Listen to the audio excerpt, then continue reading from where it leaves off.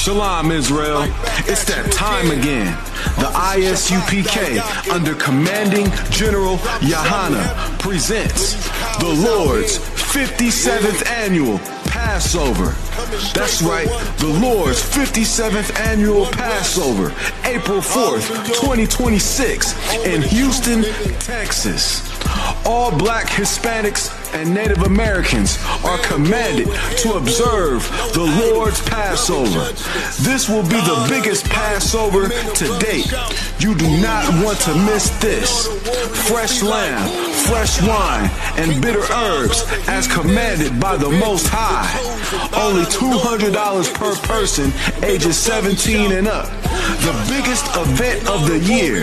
There is only one Passover, and it's under Commanding General Yahanna. See you there, Israel. Shalom. Nobody else there to compare to. Train for war, men of war, and war like apparel. Prefer our leaders, can't get between us. Watch where you stepping. Cause us.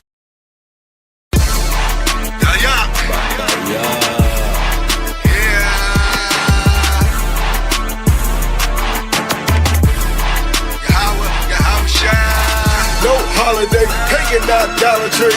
Watch how we fall away. It's a high holy day. Passover like trumpets is blowing. Can you feel the atonement? It's a high holy day. The dedications for real sisters, glad to have you. We feast in tabernacle. It's a high holy day. First fruits to spread, 11 bread, and day to rest our head. It's a high holy day. No sweat, got a head start on you. Waking up a priest feeling royal.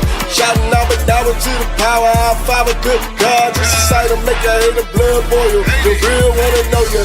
Sisters get different that never considered something knitting, they can feel it. Look how I'm different, holy rolling up, sitting on high, too fly, no sign, the dry swishing eye, nigga. My spirit's like the most high living. Catch me with the Ottawa sipping. You ain't no pricing out from the same tribe. We kin up on my father's side, look how we resemble. He a nigga, I'm a nigga, all my niggas Latino, Native Indian. All black party, he ain't getting it. Spirit ridiculous. God washed our city, anointed us from the beginning. Wrapped us in linen, silk bracelets, ornaments, earrings that bling on our women.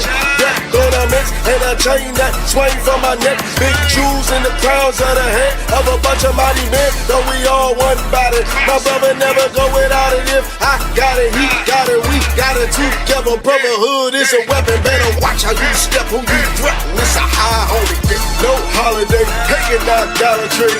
Watch how we fall away. It's a high holy day. Passover like trumpets is blowing. Can you feel the atonement? It's a high holy day. The dedications for real sisters, glad to have you. We feast in tabernacle. It's a high holy day. First fruits to spread, 11 bread, and day to rest our head. It's a high holy day. From trials and rise, the Most High behind us. So it don't matter if we not desired. You cowards be quiet in the midst of a prince. Stand clear in your fears, contagious like bravery on these austere men over here, like Christ showing militants. Other camps, he feminine, scared to fight demons like addicts having habits. Faggots lying down instead of fighting on the savage. Shalom, Mike, Hebrew individualites, but they think they all follow Christ and got saved some way. Maybe one day you'll see just how it feels, making 144 in my ears and some steering. To get there and had no fear, man. Chatting out the side, he called me the wheel, man. Every day my zeal been up and it's stuck like my garments. A pop die yacht, what they call me. I be like card on the wall and I'm on it. Just give me the order so I know what the Lord wants. Meanwhile, I took a straw drink with strawberry Andre. All the wall, you be on the jacket and the floor thing. Fist up, reunion the Lord made. Get your kids and ribs up, throw your fist up. Tell them what's your name, what's your name, what's your name. And they can't do shit at all, it's a high holy day. No holiday, hanging out Dollar Tree. Watch how we fall away, it's a high holy day. Passover like trumpets is blowing. Can you feel the atonement? It's a high holy day. The dedications for real sisters, glad to have you. We feast in tabernacle. It's a high holy day. First fruits to spread, 11 bread, and day to rest our head. It's a high holy day. You see these high holy days, black man, Latino, and indigenous. These are the Lord's high holy days. These are your high holy days that you should be celebrating. Not Christmas, New Year's, birthdays, mama's days, whatever white man days that he said you should celebrate, that has nothing to do with us. But these high holy days that are in the scriptures, those are the days that you should celebrate. Black man, Latino, and indigenous, you are God's chosen people. You keep these high holy days.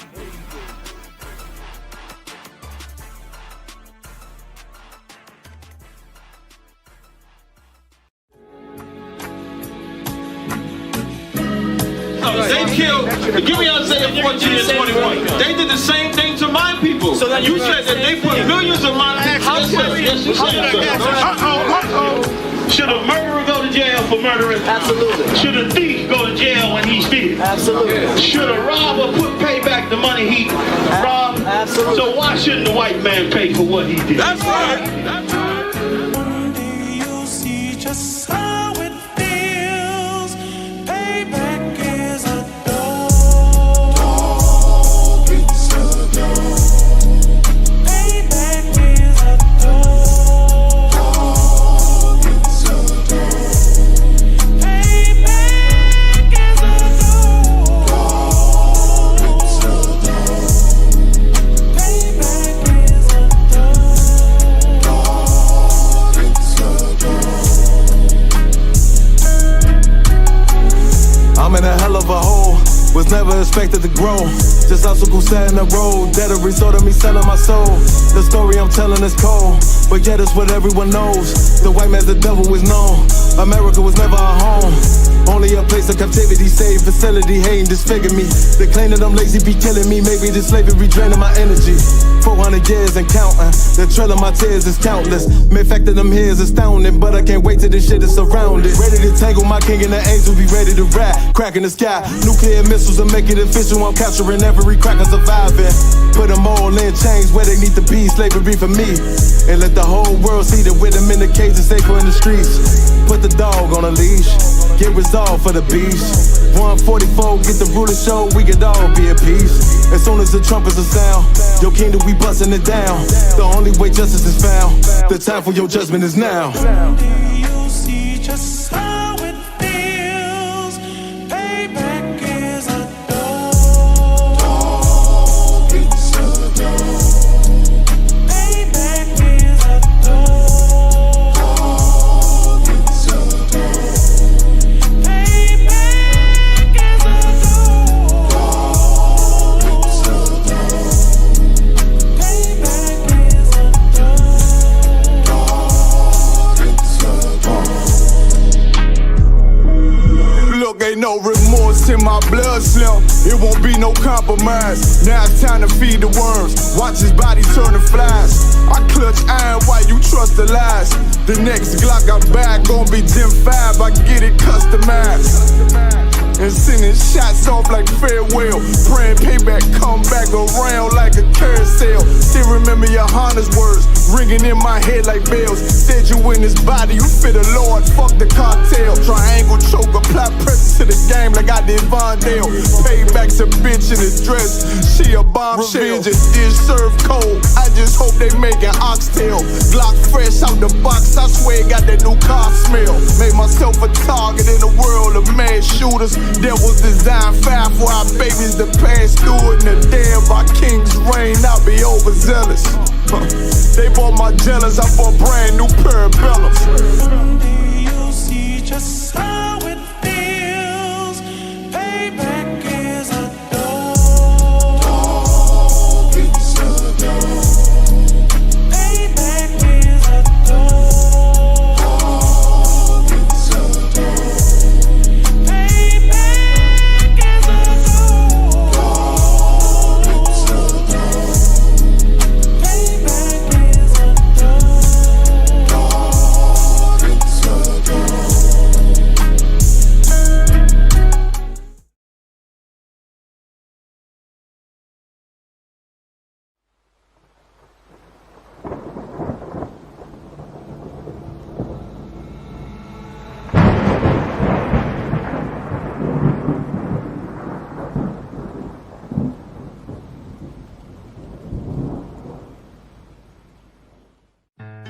One West till they bury me. one west till they bury me. I'm one west till they bury me. I be one west to the death till they bury me. One west till they bury me. I'm one west till they bury me.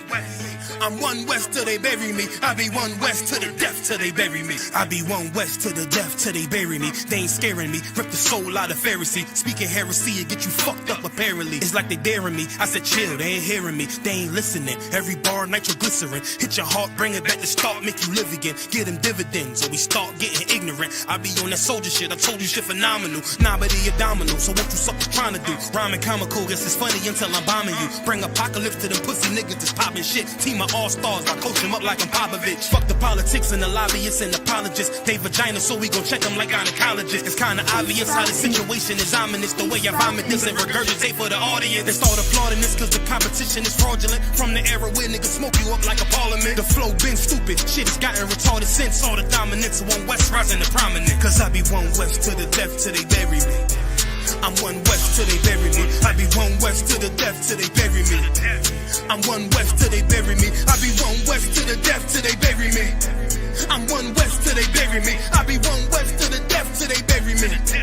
I'm one west till they bury me. They want a nigga quiet, mute my maneuvers, but I ride like I got Groupon for Uber. Rhymes hard like they've been viewed by Medusa. 9 milli Luger, 17 in the Ruger. Only need a few to sit up in your medulla. Obligata for the regatta, niggas wildin', they win every dollar. They riding by black Impalas, let the semi holler. A showstopper, been as proper since a teeny bopper. But now I'm growing them off Patron, a premium of vodka. I put extensions on the Glock, modified the chopper. The swore heavy, war ready, and that's working mama. No marijuana, say I got the loudest silence on it. When I'm up on it, ain't no rapper do it like I do it. A lot of spitties and writers, but when the heat's on, none of them can get to the fire around with me. And I had a nigga spin like a tire, but down the deep, and I'm still dope as a piper. Every bar burn hard like a spoon with a lighter. Fuel to igniter, I'm winning, coming through with the title because U.P. I be one west to the death till they bury me. I'm one west till they bury me. I be one west to the death till they bury me. I'm one west till they bury me. I be one west to the death till they bury me. I'm one west till they bury me. I be one west to the death till they bury me. I'm one west till they bury me.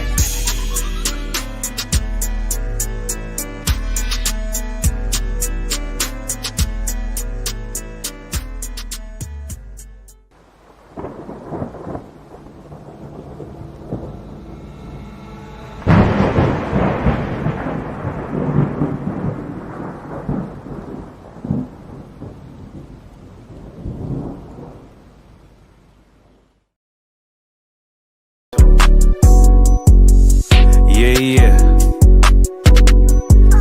U.P.K shit, man, one west. Hey. I'm a U.P.K nigga, I'm stuck in my ways. That's on them, letting cowards fill up they ranks. Goddamn, lost tribes got them following waves. Loyalty a lifestyle, nigga, I'm just saying. Yeah, I'm a saint, no New Orleans, it's going up. Next spot, we at the B&B. I'm turned up, I pull up in the SRT. Burning rubber, hey, U.P.K shit. Look, met her at the club, told her pull up to the lobby. She know I'm in the coat, we're all black, no Illuminati. This my other half shit, I can't move without it. These my motherfucking brothers, yeah, what I'm gonna do without them, yeah. If it's beef, I can't wait to sink my teeth in. Niggas going overboard, they off the deep end. Why you tripping off that hoe? That's some weak shit. Told him put me in the game cause I love defense. Yeah, put me in the game, coach. Fuck you thought, he let his colors fly. He ain't cut, we cut him off. Yeah, bounce out, let my fringes swing. Yeah, I'm a dog, and she say she find me interesting. Yeah, want me to call, put me in the game, coach. Fuck you thought, he let his colors fly. He ain't cut, we cut him off. Hey, bounce out, let my fringes swing. Yeah, I'm a dog, and she say she find me interesting. Yeah, want me to call, I ain't gotta settle, I got options, ma. No, I stand on business, my name not Tazar. I'll pop you with this pocket rock. Feed a nigga shells like a taco truck. Hey, this bitch got sound effects, it go pew pew pew. I ain't tripping on no drink, got bottles in a room. I'm in Durham, North Carolina, bitch, it's 12 a.m. Look at them, they ain't none of us and we ain't them. I told him, put me in the game, coach. Fuck you thought, ayy, let his colors fly. He ain't cut, we cut him off. Ayy, bounce out, let my fringes swing. Yeah, I'm a dog. Ayy, she say she find me interesting. Yeah, want me to call. Put me in the game, coach. Fuck you thought, ayy, let his colors fly. He ain't cut, we cut him off. Ayy, bounce out, let my fringes swing. Yeah, I'm a dog. Ayy, she say she find me interesting. Want me to call, yeah. UPK shit, man, you already know what it is. It's the 55th annual Passover, man, turn up. We gonna do this shit the UPK way, not the other way. You hear me? Yeah.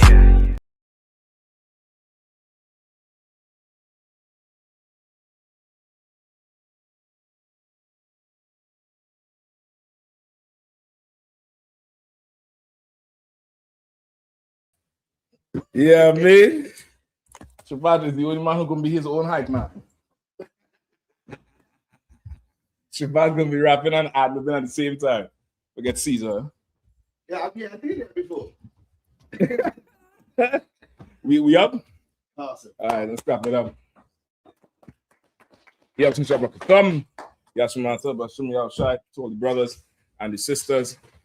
I.S.U.P.K. Wednesday. I.S.U.P.K. DC scripture breakdown. Wednesday night class. All right. Whoop. Hope I'm undoing this, John. So what? All right, let's get it. Questions?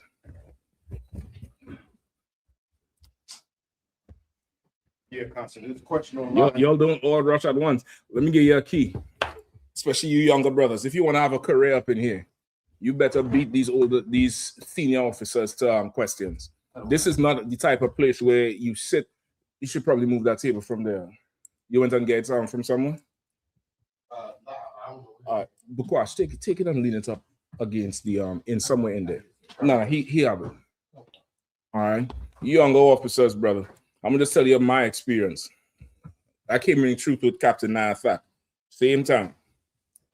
And brother, we know we had to get our questions in early before General Katham and General Kowalama get to class, because they come in with some shit that you ain't never heard about, some precept, some book. Don't sit there and try to soak shit up. No questions mean you're not studying. Not studying mean you will never speak.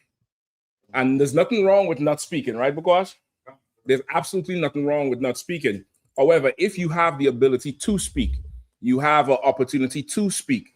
In this time, with what's going on with our people, and you able to speak and you not, you're really kind of not helping. You're really just not, you're not helping. It's like staying in a house, you're slaving, but you pay no bills. You get up and go to slave every morning, but you don't contribute nothing to the household. You just, and you can, you're able to. You understand? Is that's that foreign to anybody? You're looking at me, you ain't saying nothing. You having a hard time computing? You sure? Well, you ain't responding to me. You understand what I'm saying about? If you go into a slave every day, right? And you wouldn't come back to whoever else is in the house and say, yeah, bring this, or I'm paying this bill. Think like your parents. You start slaving, and then you don't pay nothing. You don't contribute anything at all. You're not helping. You understand? Okay. It's the same. Don't, being a trooper, there's no shame in being a trooper. But Akim, if you're studying, you will have the questions. You will want to know, well, what about this? What about that? Why is this say that? Somebody tighten this up here. Let me see what I'm about to do. Yeah, see if we could sort it out. All right. It's definitely that thing. I remember it very clearly. It was like, boy, we had to get these questions answered. And really, it's kind of not really even your fault, because there's so much content on the internet. You getting fed consistently. It wasn't like before. There was no class on the internet. The only class you would have is when General come to town. You get the point? But at the same time, you got to be pressing, man. You all got to be pressing this thing, eating this damn thing up. Shapat and Bukwash would always, as young brothers, always ask a question. Shapat got about how much notebooks now? 10? He got notebooks upon notebooks. He got the old school one that ain't got no cover. one that fold over, and there's writing. His book looked like a codex act. There's writing questions, answers. You know what I mean? Get to studying, get to it, right? It's part of what's going to sharpen you. It's part of what's going to put you in position so you could teach, because somebody's teaching you. Who you preparing to teach? Nobody. You understand? There's nobody. If it is that you're not studying, give yourself the time to study, man. Give yourself that time to study. Don't come up with a question. No, don't make it up. Don't worry. I used to do it too. I used to do it too. I'm just telling you the same speech I got. And I did the same shit as soon as the speech was that I have a question. You just thought about that in your head. Don't even worry about it. It's all good. You ain't got to buy the points, brother. You ain't got to buy the points. Don't worry about it. All right? Go ahead, Sloggy, sir. I did have this question, but like I just held on to it for you. Remember, put your phones on mute or vibrate. All right? Vibrate preferably. That way you could still hear if somebody trying to reach you. But my question was for Deuteronomy chapter 14, verse 22 through 29, and it's about tithing the crops. And I was wondering, if I was to become a farmer, per se, and like, would this law still be like in effect for myself if I was a farmer? Meaning what? It's about tithing your crops. Okay, go ahead. Where say that? This is Deuteronomy chapter 14, verse 22 through 29. Deuteronomy 14, what? 14 and 22. Uh-huh. Thou shalt truly tithe all the increase of thy seed that thy field bringeth forth year by year. And thou shalt eat before the Lord thy God in the place which he shall choose to place his name there. The tithe of thy corn, of thy wine, and of thine oil, and the firstlings of thy herd and of thy flocks, that thou mayest learn of fear of the Lord thy God always. So what's the purpose of tithing? To give to the Lord, like fear the Lord, essentially. Not essentially. Well, not essentially, but to fear the Lord, to learn fear. To show that you fear the Lord. Concert. All right. So that's the purpose of tithing. And you asking that if you will become a farmer, if this is how you would pay your tithes? Sir, if this particular law, because I know there's the tithe of every 10% of every penny of increase we get.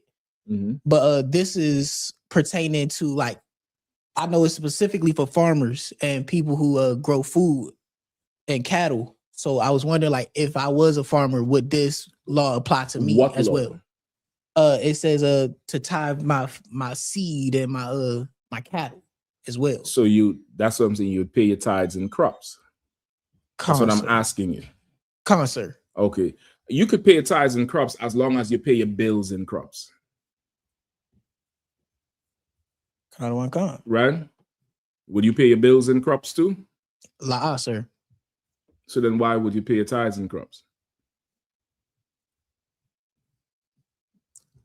Well, I guess I was thinking this would be like a separate law. Okay, well, let's keep reading then. Let's keep reading. Keep reading them. 24. Sir. And if the way be too long for thee, so that thou art not able to carry it, or if the place to be far. What's the it? The tithe, sir, of the crop. The crops. And what else? And the cattle. And the cattle. So how would you carry the crops and the cattle? Either on foot or by this time, like in my vehicle. Okay, so you'll put the cow in the car? Sir. So I'm asking you that. Like I probably have to rent a trailer or something. Okay, so you'll put the cow in the trailer. Sir. Okay, all right. Let me see, where was I at? Or if the place be too far from thee, which the Lord thy God shall choose to set his name there, when the Lord thy God have blessed thee, then thee shalt turn it into money and bind it. Say that again? Then thee shall turn it into money. You sure it says that? Sir. Okay. I meant Salakia, sir. Then shalt thou turn it unto money and bind up the money into thy hand and shall go unto the place which the Lord thy God shall choose. And thou shalt bestow that money for whatsoever thy soul lusteth after, for oxen, or for sheep, or for wine, or for strong drink, or for whatsoever thy soul desireth. And thou shalt eat there before the Lord thy God, and thou shalt rejoice, and thou and thine household. And the Levite. I think you get the point. Come on, sir. So even if you're a farmer, what would you do with your crop and your cows, and what would you do with it? Turn it into money. Exactly. That's what I say. If it is that you into agriculture and you're growing your crops, you're growing whatever, and you're doing animal husbandry, and you're rearing cattle and sheep and elk and whatever else. If you paying your bills with that, then pay your tithes with that. But if you would not pay your bills with that, then you should not pay your tithes with that. However, if that's all you have, bring the corn, bring your cattle, bring whatever it is you growing, right? Bring it, bring the 10th, bring it in. You get the point? Oh, sir.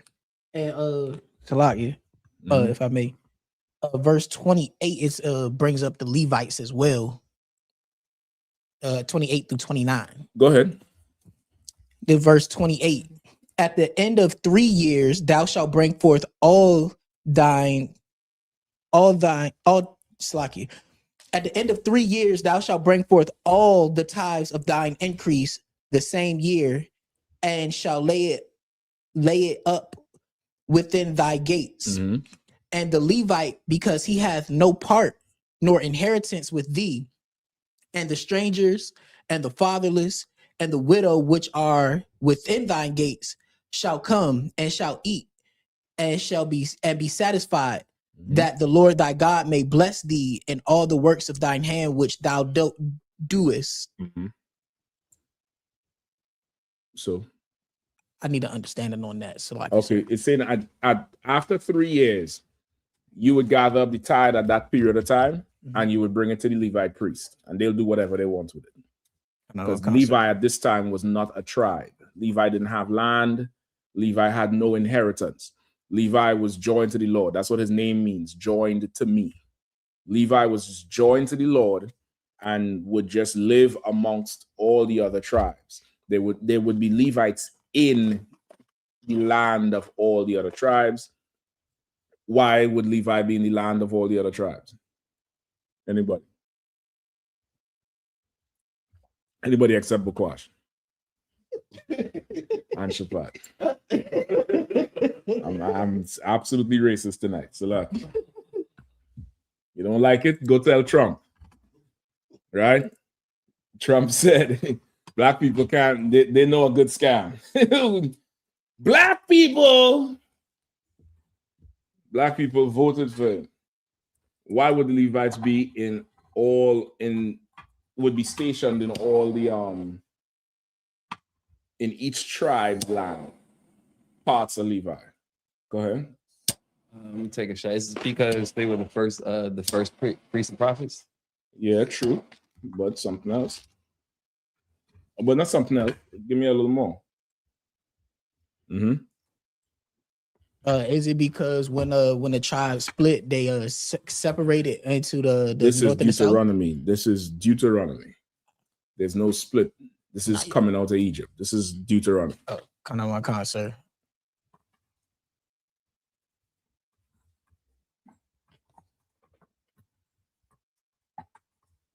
Levi is the priest. What else is Levi doing? What else is his duty?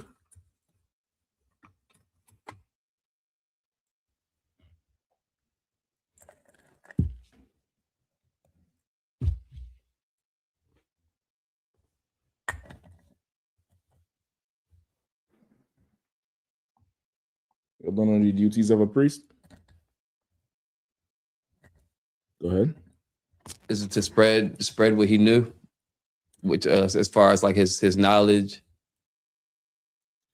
Okay, I don't understand. What do you mean spread what he knew? like share it with the with all the other nations. All the other nations? Well, not all the other nations, Salakia, but the 12 tribes. Okay, shared with the why would he have to share the knowledge with the 12 tribes? Because he was the first priest. Yeah, they were the first priests and prophets. Okay, but why would he have to? Okay, what knowledge would he be sharing?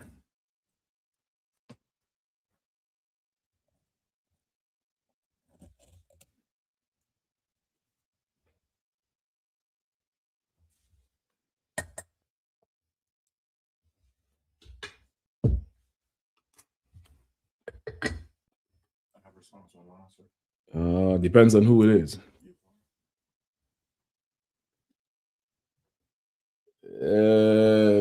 I can't ignore it. I don't see it. Go ahead. Yaquar says they judge the people. They would judge the people. Right? Why would they judge the people?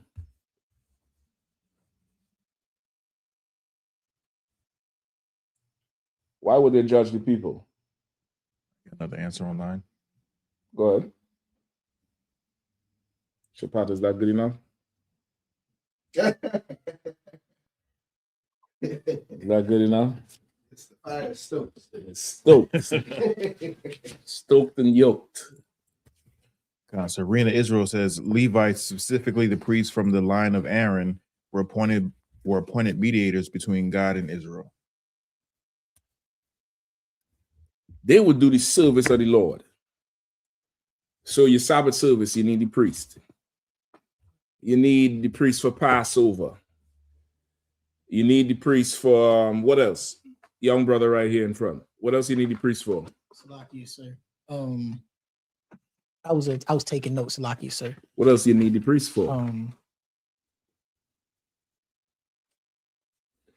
Yep. I'll teach you something. No, y'all gonna say I'm old. Y'all gonna say I'm a stickler. Them phones is not helping y'all. Them phones is absolutely not helping y'all. Writing, brother. Writing. I'll come and tell you 1 second now.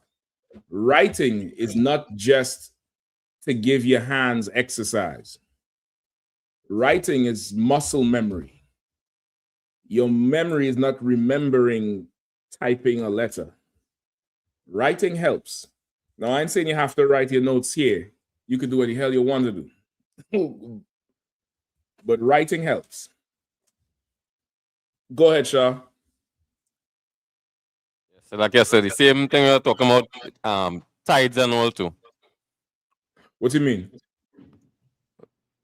Like how this is, right? Like when you even when you're checking up, like it will keep you in check with the Musa and all too. Like when you have your tithes and all to pay, right? You have to come like if 1 week, if you're working fortnight, you're gonna be in check with the profits and them. If you're working weekly, you're gonna be in check. If you're working monthly, so no months in passing and you're not seeing a priest. So even say with the tithing, you're still going to meet up with a priest by paying the tithes and knowing everything was going on with you. That's right. You're going to have to pay your tithes to the priest. That's another service. Or a fine. You might have to come with, a young goat and, bring it to the priest so he could kill it and burn it before your face. You get the point? Go ahead. So there's a couple answers online. Leviathan says, sacrifice your sin offering, shadow archive purple. Right, you sacrifice your sin offering. That's like the fine that I just described. Go ahead. Shadow archive purple.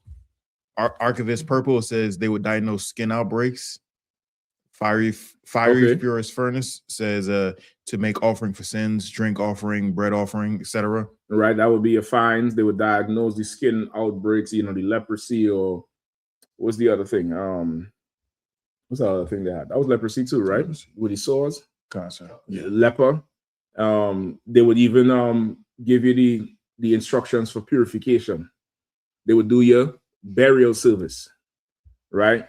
Your priest, in essence, was your government. It's like your ministers, not just, not like today, like TD Jakes, right? Go ahead. Circumcision, sir. They would do the circumcision. Your priest was how your zone ran, right? and they would, of course, judge matters in between, right? So again, why would Levite priests need to be dispersed in each of the cities of the 12 tribes, in each of the zones, wherever the land is? You have to have priests in the land. Why? Go ahead. At that point in time, everybody couldn't be a priest. Okay. Still not helping, man. Why would you need the priest? Ragash? It's like you would need the priest because you said they were the only ones that were doing the Lord's work at that time, and the other nations that were in Israel, they didn't. The other nations, Salakia. They didn't know anything. Nation that was in Israel. Help me out. Yeah, help me out. The other tribes. You know, there's somebody saying there's other nations in Israel right now. You know? Let me find out. Let me find out in your favorites in your phone now. Let me find out in your watch later. Let me find that shit out there. Go ahead.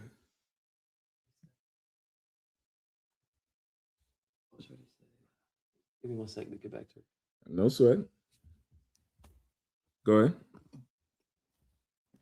ahead.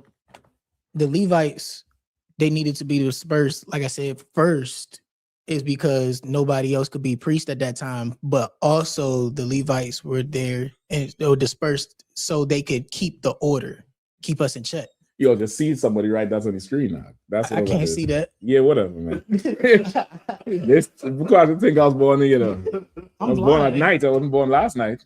Right? I'm blind. Listen, you need the priest to be dispersed because the service needs to be carried out in every way. It's like police.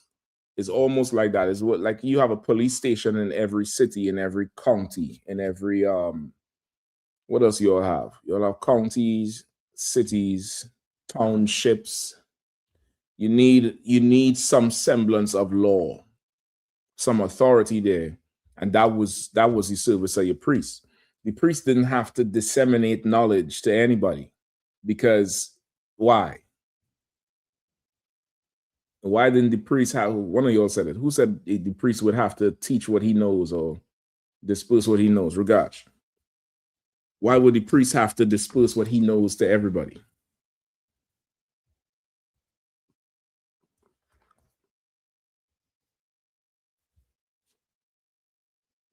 Okay, let me help you out. Let me walk you to it. Why does the priest do it now?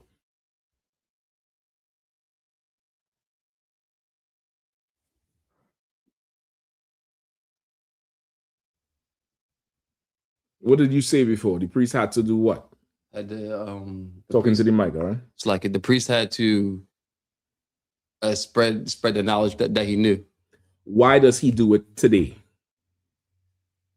To help the ones that are destroyed. Okay, why what do you mean? The ones that don't take heed to it, that lack the knowledge, like isn't that everybody? Kind of say. So then why is he doing? Why does he have to do it today? It's his job. Not quite. It's his job today. That wasn't his job then. Okay. So why?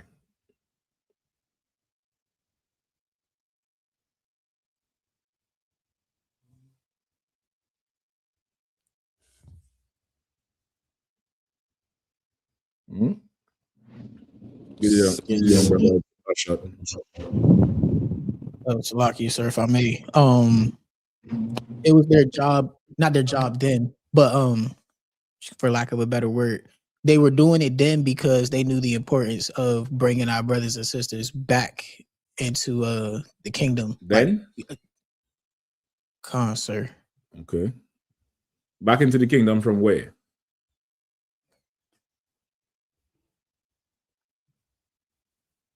If they're coming back into the kingdom, they got to be somewhere else. So where are they back then? Hell. Yeah, you need to study some more. Come on, sir. You both need to study some more. Somebody else in Salaki online? Yes, like I said. Yeah, go ahead. So like I said, the reason why we need them now, because we lost our culture. We lost our heritage. We don't know who's the other person. Back then, we parents would have been teaching we everything as we coming up as a child and knowing everything. That's right. Give him a hand. Like, did anybody have to teach you? Did anybody have to teach you about Christmas? You. Not one concert. You had to get taught about Christmas? You went to school to learn about Christmas? Sir. What school you went that taught you Christmas? A lot of them. Anybody else went to school to learn Christmas?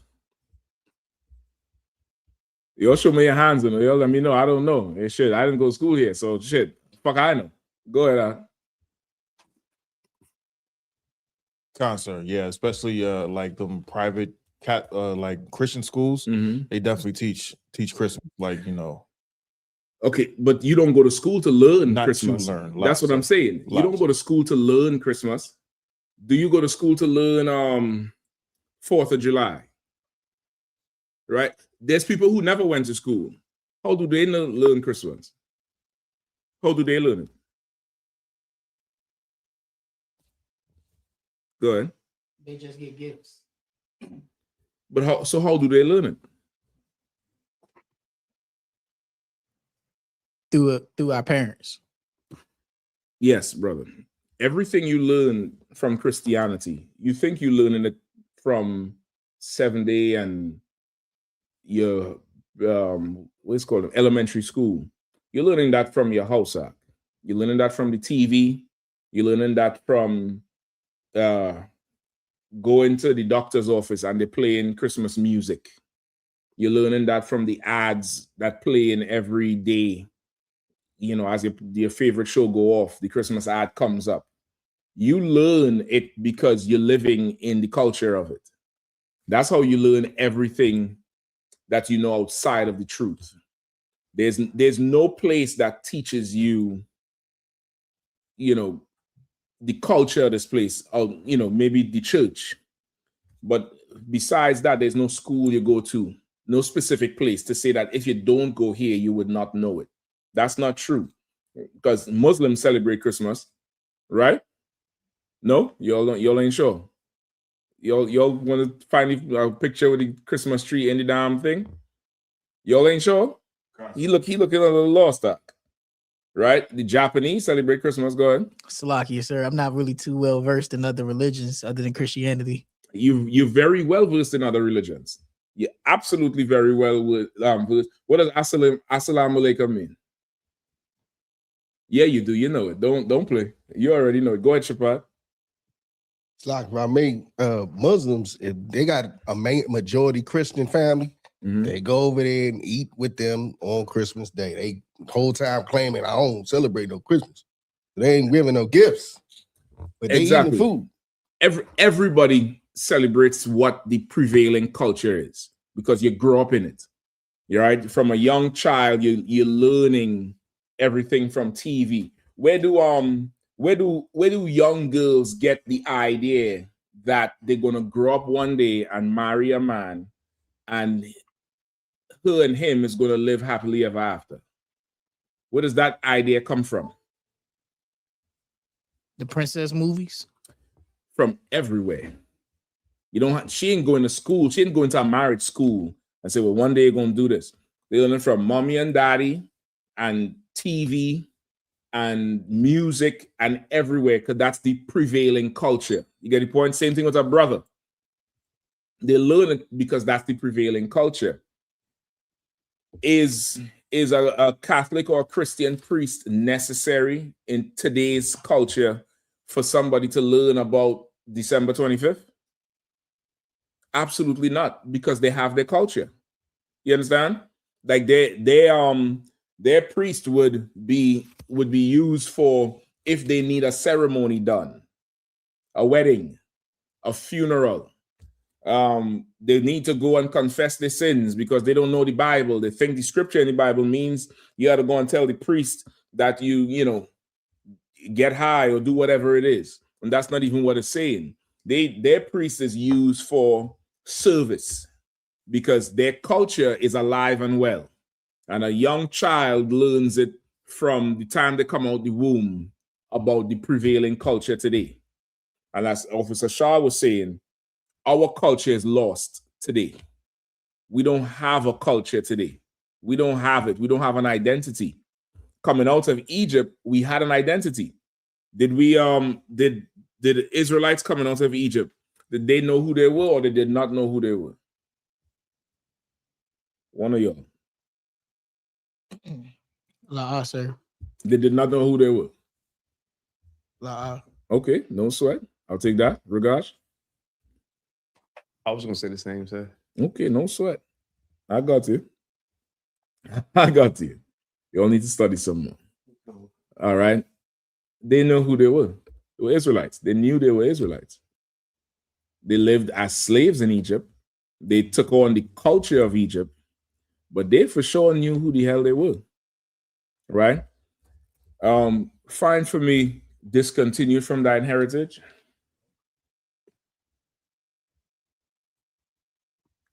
And also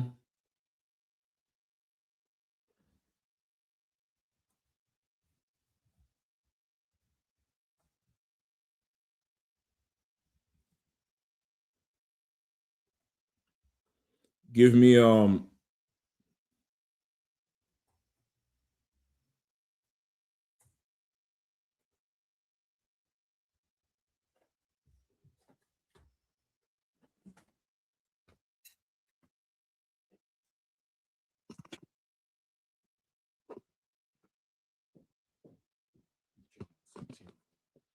the Jeremiah 17:4. Discontinued from my heritage. Go ahead and read that as soon as you get it. Yes, like I said. Go ahead. Yeah. The book of Jeremiah, chapter 17 and verse 4. And thou, even thyself, shall discontinue from thine heritage that I gave thee, and I will cause thee to serve thine enemies in the land which thou knowest not. For ye have kindled a fire in mine anger, which shall burn forever. Right. So go ahead. Okay, right. So at this time here, we had our heritage. We were not discontinued from it at all. But the Lord said that there's coming a time in the future where we are going to be discontinued from our heritage in a land where it says, who did not know? Our forefathers?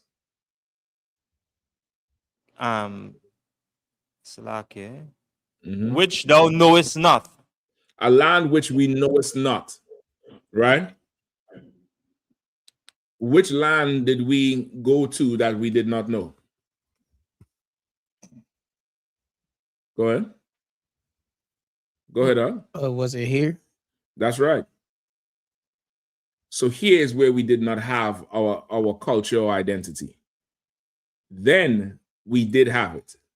We did know who we were. Now, will we practicing it and keeping the laws and doing everything that we're supposed to do? Hell no. We wasn't doing it. But we knew who we were. We knew what had to be done and just was not doing it. This is the only captivity where we have no clue who the hell we are. This is the only one. Every single one before, we knew who we were. We had an identity. And we had a culture to hold on to. We had something that made us separate from everybody else. All right, give me Genesis 46.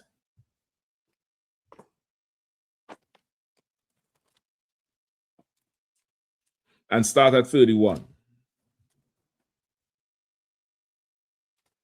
The book of Genesis, chapter 46 and verse 31. Mm-hmm. And Joseph said unto his brethren, and said unto his father's house, I will go up and show Pharaoh, and say unto him, my brethren and my father's house, which were in the land of Canaan, are come unto me.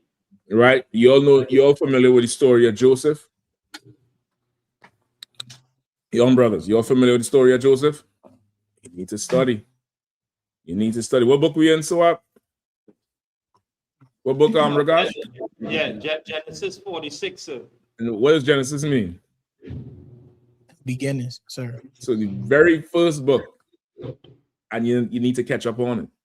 You understand? At least you need to catch up on it. Make your time, man. Make your time. You devote some time and start reading and studying and familiarize yourself. Familiarize yourself. All right. Joseph was sold into slavery by his brothers. Right? Joseph experienced what you today would call hating. Right? And Joseph was sold into slavery.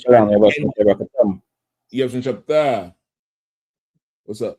Who's up? Shit, I didn't even recognize it there. I got watching your background now. Salaki, go ahead. Right? Joseph was sold into slavery and made his way into Egypt through slavery. And Joseph was in jail in Egypt. And Joseph could interpret dreams. And he interpreted the dreams of two men who was in jail with him. And I think one was a cook and a baker, or a baker and somebody else, right? Who worked once with Pharaoh. And then Joseph interpreted their dreams. They got word back to Pharaoh that Joseph can interpret dreams. And Pharaoh sent for Joseph because Pharaoh had a nightmare about some cows. And 5 was fat, and then, not 5, 7, I think. 7 of them was fat and good and healthy. And then something happened, and these cows just shrank, and skin and bone, and it looked like death, and he couldn't understand what the hell it was. And he brought Joseph up from prison. And Joseph came up to him and interpreted his dream and gave him the prophecy that was going to happen, where there's a famine coming to the land. And the 7 fat calves represent 7 good years for Egypt, where Egypt would get rich and have a ton of wealth. But then 7 lean years was coming, where it would be hard and famine. And he told Pharaoh to prepare for them 7 lean years, to store up food, store up grain, like go extra and put away. And when the time of surplus ended, or the time of excess, the 7 fatted calves, that period ended, when it was time for skinny time, when the lean time came, Egypt was the only empire that had storehouses, and everybody else had to buy from Egypt. And that's how Egypt got wealthy, because grain, I'm just saying, for example, during, what's the price of gas now? Average. About $3. They say $3, right? Go ahead. What was I going to say? About that? About $3, right? Cheaper some places, way more expensive other places. Imagine there's a shortage on gas. What do you think gas would cost a gallon? For back in 2020, gas was almost $6 a gallon. Shit. There's some places gas was $8 and $9, right? Gas would probably be $10, $12 a gallon if there's a shortage, like there's no fuel and only one place got fuel. You think they're still going to sell it for $2 and $3? No, it's going to be way more. And that place is going to multiply and get wealthy. And they're going to have a head start whenever the price or the economy levels back out. And that's what happened with Egypt. Egypt had 7 years of just excess wealth because everybody else did not prepare for this famine that was coming. And that's how Joseph rose in Egypt. Joseph became viceroy. I might need to pull this for you all. Give me, let's read this here and then we'll go back. All right. Go ahead. About 3 more questions. All right. I'm going to come to it. All right. We're going to go through this real quick and I'll come to it 8 o'clock. Boom. Let's read this a little bit further. Whoever was reading. One of you brothers pick it up. Yeah. 1 second on. 1 second, so what's up, Arwade Yabshin Chapter? Yabashim Yashab Barakatah, sir. What's going on, priest? Wow, sir. That's verse 31, right? Yeah, but one of the brothers here could pick it up. They definitely need the practice.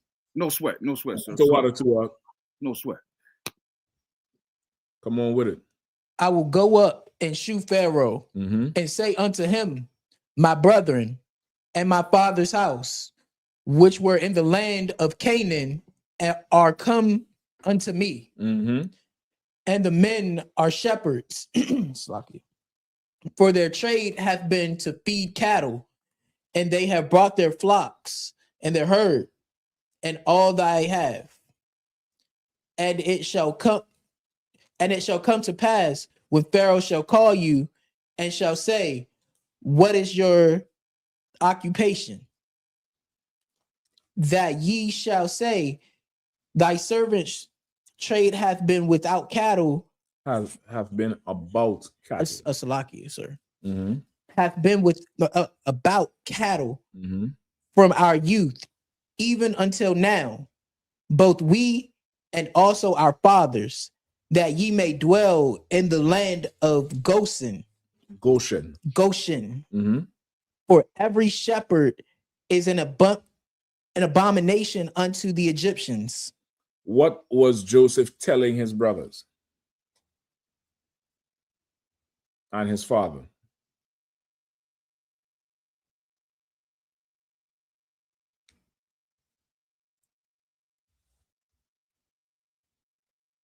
Go ahead.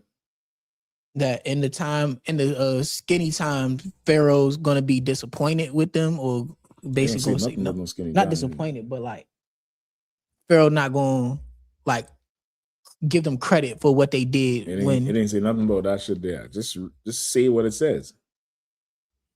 They're gonna be an abomination to Pharaoh. Why? Because they're shepherds. Right. And he wants that to happen so that what can happen? It says it right there.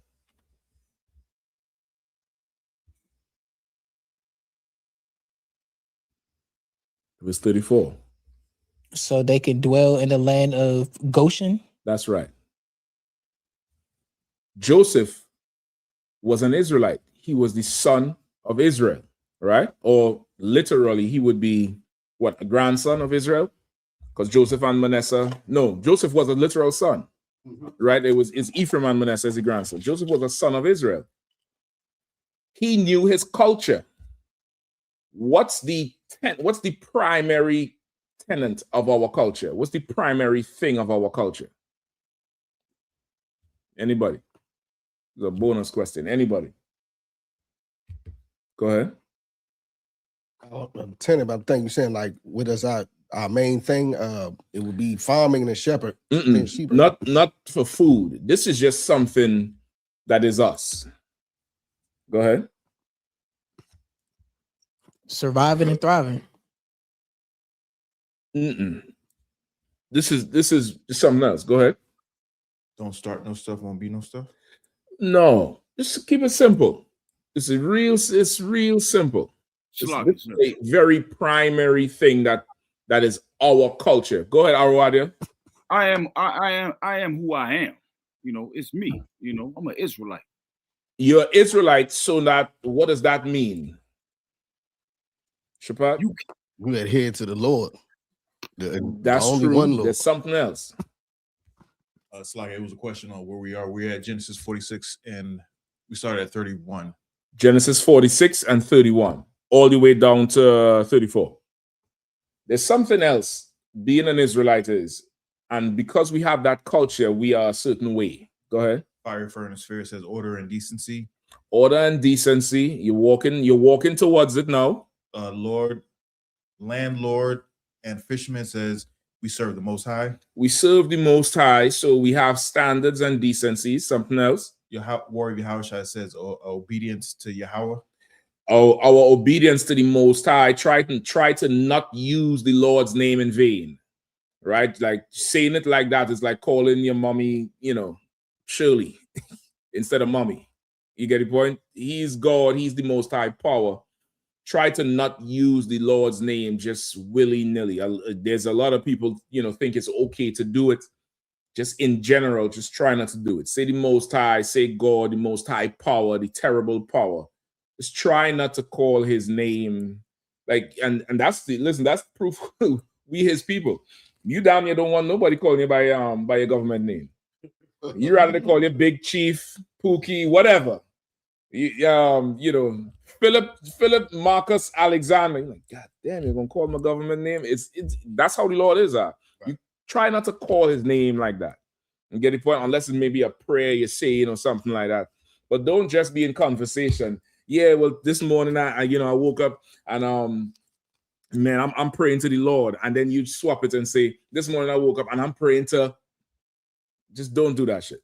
Don't do that. Go ahead. What's up, No, it's not you, no. It's not you, brother. I'm just saying it in general. What's he saying? Saying you can call your father by his first name. You cannot, brother. Just listen to what I'm saying. Focus up. This is ISUPK. I'm giving it our culture. The Bible says you cannot call the Lord. Don't take the Lord's name in vain. All right. This is our culture. Just listen to what I'm telling you. All right. We'll work it out later. Just listen to what I'm saying. All right. So because we follow the Lord, because we're, we have which is the discipline and obedience. We are a certain way. We are something. It's very, very it's at our core of who we are as a people. I believe the brother messed up on the typo. He said you wouldn't call your father. Okay, no sweat. I know he with me in the class. No sweat. Don't worry about it. It ain't for you. I'm doing this class in general because I want these young brothers to strive. I want them to grow. I want them to strive. You understand? Right. That's right. So now, because we are this way, we are also another way. I'll have to give it to you all for time's sake. Anybody else want to take a last stab at it? Come on. It says holy and obedient. Holy. What does holy mean? So like it says, Separate. Holy means separate. Try to keep a straight face when you answer. All right. Try your best, your hardest. Just keep a straight face when you answer. All right. Holy means separate, which means what? Break it down in today's terms. We're different. You're different, so better. Just give me separate. I don't know how the way you cook, so I'm not eating at everybody's house. I ain't eating at everybody's house. Get the point? I ain't going over there and messing with Moab and his octopus and shit. I ain't going over there with the East Indians stomping on all the meat with their foot and spitting in the shit and doing all kind of nasty shit. I see something you niggas said celebrating that Christmas. Them Danish cookies is under them East Indians' foot. You get a toenail in the sugary part of the Danish cookie. You better check the back of that damn tin and see if it's where it made. Right? You not mixing with everybody else. Are we today as a people? Are we a holy people? As a people, Ragash? I would say la. How? Because in today's world, they won't. Well, we like to take on do what other nations do. We like to do what everybody doing. We could never just be separate and have our own culture and have our own thing. And even if we do have it, the minute the nations come running, what do we do? What do we do? We let them in. We open the door and say, sit here. This is how I rap. You gotta say it like this. No, don't say it like that. Say it like this. Some. Show them how to dance. No, shrug your shoulder. You gotta feel it. Bring some Hennessy. Let's loosen him up. Bring it. You gotta get some rhythm. You might imagine showing somebody else how to do a two-step, something that kids learn. Some people can't do the two-step. They're bouncing into each other and shit. We show them everything. If we holy you can't have none of this thing. You could drink that shit over there. But this year, to drink from this one, brother, you gotta flex now because what you have is not for everybody. Back then, Joseph, even though he was in captivity, was spent a good portion of his life in prison serving I think he went first with the Midianites. I think the Midianites took him as a slave. Then he was sold to the Egyptians, and he was in the prison. Then he grew up in Pharaoh's house. Pharaoh, we'll go into the story in a second. He grew up in Pharaoh's house as an Egyptian, but he knew he was an Israelite. When his family came, he knew the culture of his family, and he said, listen, I'm going to tell Pharaoh you're the shepherds, and when he call you and ask you what's your occupation, tell him you're farmers, and you raise sheep, because the Egyptians hate the sheep. They hate how they smell, they hate how they look, they hate the bar, and they'll put there and tell him you want Goshen. You'll stay out there, which is away from where the Egyptians are. And out there, we could have our culture. We could do how we do. You don't need a priest for that. You understand? You don't need a priest to teach knowledge about nothing. You just need a place because we have our culture. Today, you need a priest to go out on the street and teach somebody, don't eat a cockroach, a water cockroach. Imagine you have to teach somebody that. Imagine you have to teach a grown man and a grown woman, you can't have sex while she's on her period. It's nasty, Ark. The Lord don't like that thing. There's simple things that you would think, okay, let me not do this. That you have to teach people today to do. You wouldn't run into a burning house, right? Well, let me rephrase it. Let's say a house was on fire. Everybody's out the house. You don't have nobody to save. Even the dog, the fish, somebody walk out with the fish bowl. There ain't shit in there to save. Would you go in the house and find a spot to sit and do this? Yeah, that hits him, boy. That hits him, boy. Come in here and get a drag. Would you do that? Nah. But you would sit under a tree somewhere or in a parking lot somewhere and put something to your mouth and draw and cough and say this hitting and pass it to somebody else. Right or wrong? Why do I have to teach you to not do that? Gay. But you already, and it's also gay. It's also gay. That's not the point right now, but it's also gay to put something in your mouth and suck on it as a man. But why do I have to teach you to not smoke anything, but you know already don't run into a burning house and inhale the smoke? And if I ask anybody, they'll say, well, why won't you run into a burning house? They say, well, the smoke could kill you. So you know the smoke could kill you.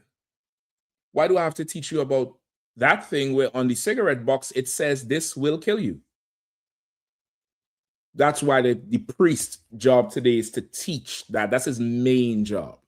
Then his job was more service-oriented because we already had a culture. We already had a nation. We already had our way. Of course, here it wasn't a full nation. It was 70 people, I think. 70, 71, Jacob and 70. So 70 people. But that was the size of the nation that went into Egypt. And we had a culture then. Adam and Eve, Cain and Abel had a culture. If not, how else would they know what sacrifice was good and what sacrifice was bad? You understand? We had a culture then. Go ahead, Ab. I was just going to bring in mind say that this was before Moses and we had the written law. That was just our culture anyway. And Joseph, the reason why he even went to jail is because he was following our culture. He did not sleep with that man's wife. Exactly. I forgot that part. Right? Some old nasty hoe wanted Joseph. Like all them heathen hoes always wanted Israelite brother. Always. And Joseph would not lay with her. And she threatened to put him in jail. And he said, some of y'all can't turn your collar down, much less a fucking broad. You wouldn't turn nothing down. Any tail pass in front of you, you slay. I had to. If you're a young brother and you watching online right now, you trying to come into the truth, do not be, well, what you expect me to do? I had to. Learn to say la'ak. Rejector. It's, it's way stronger than your yes. And your yes will only be as valuable after a certain amount of no's. If you say yes to everything, there's no value there. There's no value. You want to say la'ah. Let some meat pass, brother. Let majority of them pass. Just let them pass. Let them just la'ah. Tawab. La'ah. When you do say yes, brother, this has to be something that's just outstanding. Like outstanding act. Like you'd be a fool to pass on this here. Like this here, you'd be a fool to pass on this joker here. It got to be like, okay. All right. What dog are we talking about? What dog are we talking about now? But don't be that dude who is, man, she wanted it, so I had to. So because she wants something, you had to? You know how weak that is, huh? You can't say no? You can't tell a lie? Say no to her one time if you could. Just say no to her one time, brother, and see power just flow into you. And your masculinity gets exercised too, because it's very, very masculine to choose to say yes and no. I ain't doing that. I don't want this. I'm not interested in that. I'm not eating this food. It's very masculine to say I ain't doing that shit. You get the point? It's very, very masculine to do it. Help yourself. So exactly what you say in there. Joseph did not do that thing. He stood because he had a culture. You get the point? The heathens, however, want to have sex with anything. Anything that's too slow to run and has a hole big enough, they want to have sex with it. That's how the heathens are. That's what happened with Abraham and his wife when the heathen wanted to have sex with her. He thought it was his sister, but still, goddamn, they're passing through. He just want to have sex with her. That's what happened with the Hamites when they raped Dinah. You get the point? It's not an Israelite thing to just whatever. You should choose. You should do it. It helps you. And again, you're holy. If you come from a holy people, then you should be holy. You should be like a little bit more circumspect with everything. Sisters too. You get the point? Go ahead. It's like if I may, we used to have a term out here, just saying you anything. Like don't just be anything. You know what I'm saying? You hit anything, you do anything, whatever somebody say, you go for it, you anything. Yeah, you want to have some sort of decision making in you, or just say la, right? So that's what it is. Like we had our culture then. All right. This was just an example of Joseph looking out for the family so that we could remain separate. We didn't have to be among the Egyptians, mixing with them, wearing the clothes, buying the food, sisters getting tempted by the men, brothers getting tempted by the women. We could be separate and we could grow our shit and we could do business with them, but we ain't got to be with them. You understand? That can only happen because we had our culture. We had our ways, we had our laws, we had certain things that needed to be done. All right. Let me get them questions and then I'm gonna come back to Joseph in Egypt, right? Anybody found it? Yeah, sir. You found it? Yeah. 41, Genesis 41. Genesis 41. Just make sure it writes on the board. We're gonna definitely come back to it, all right?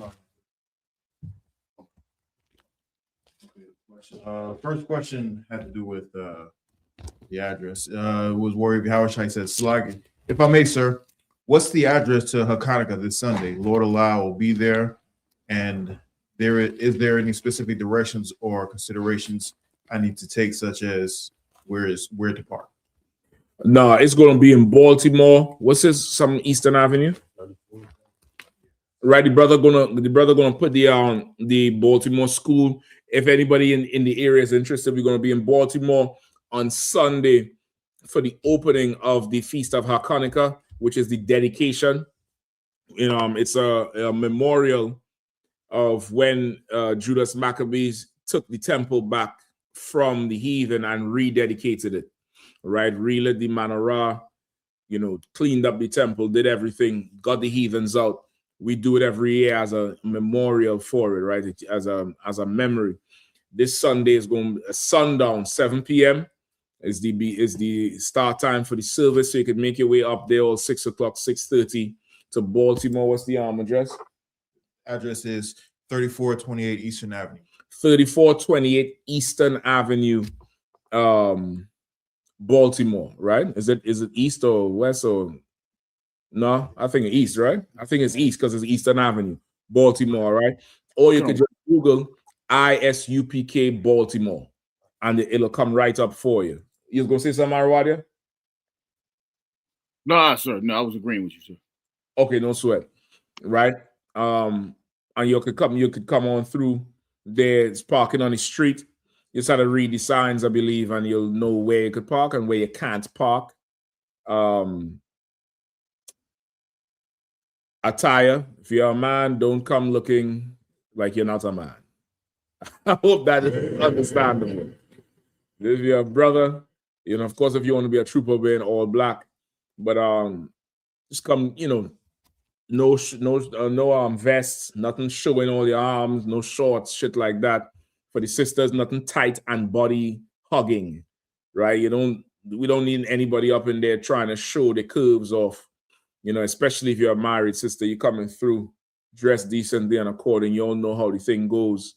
And that's about it. Come through, bring your family, bring any friends who are Israelites, of course, and they could come and learn about the Feast of Hanukkah and how we went to war for the temple, how we went to war for the holy things, the things that mattered to the Lord. That, brother, there was a whole war for. You think these Ukrainians and Russians and Israelis and Palestinians fighting a war for some place that's not even theirs, that they don't belong to them.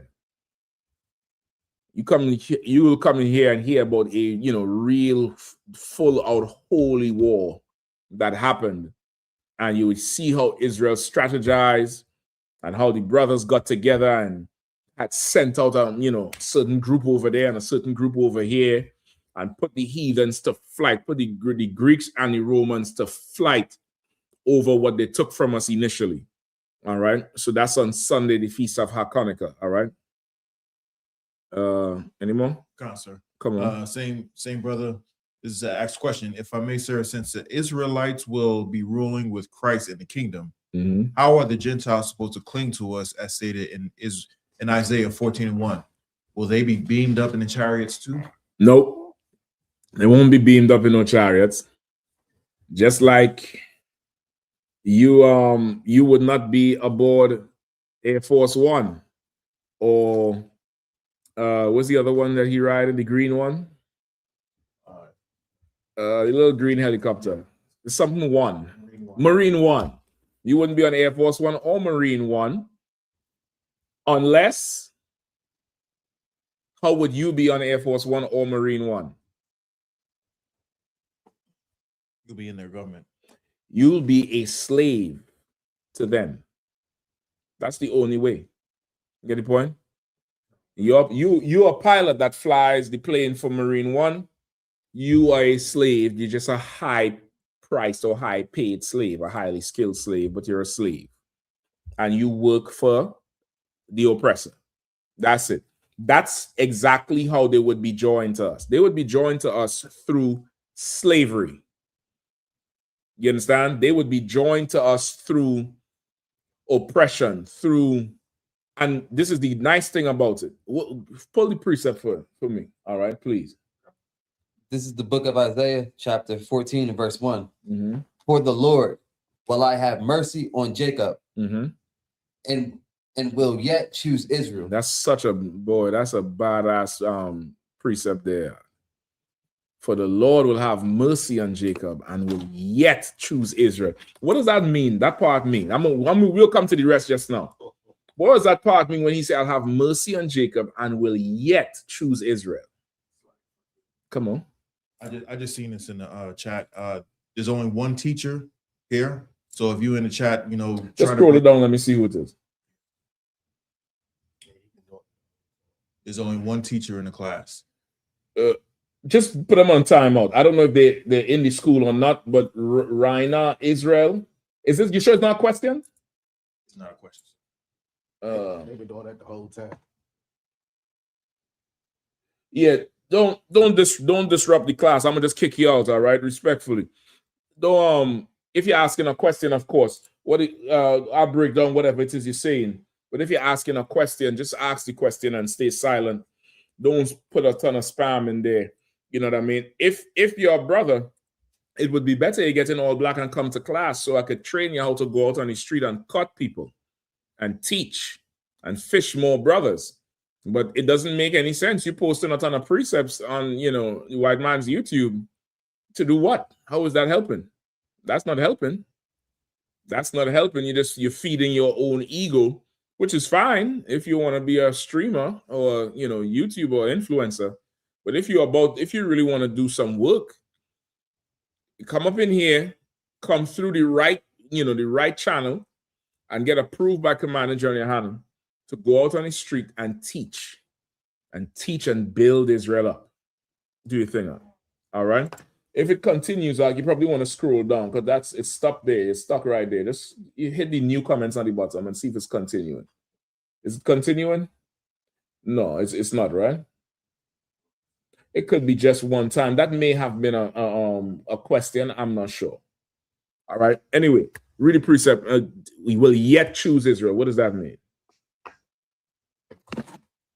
Right? I'll have mercy on Jacob and will yet choose Israel.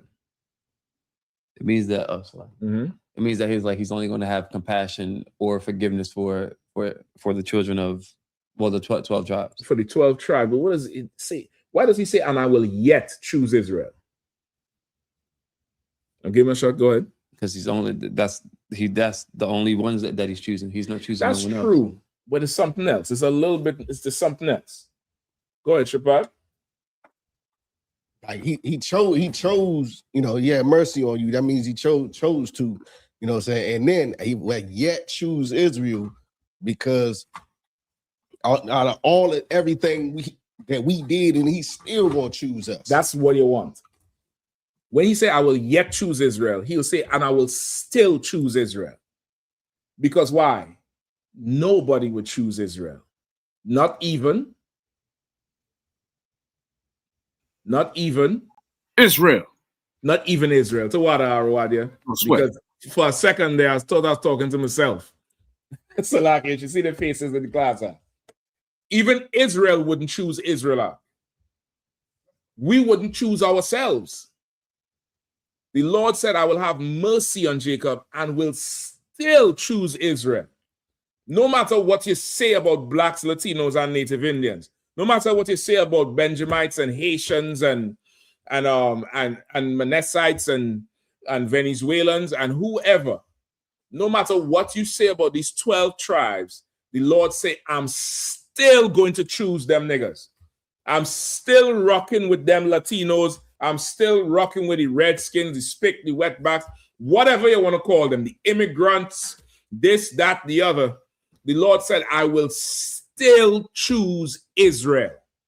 And that's very heavy because the white man spends billions of dollars to destroy our reputation, especially the tribe of Judah, especially brothers from the tribe of Judah.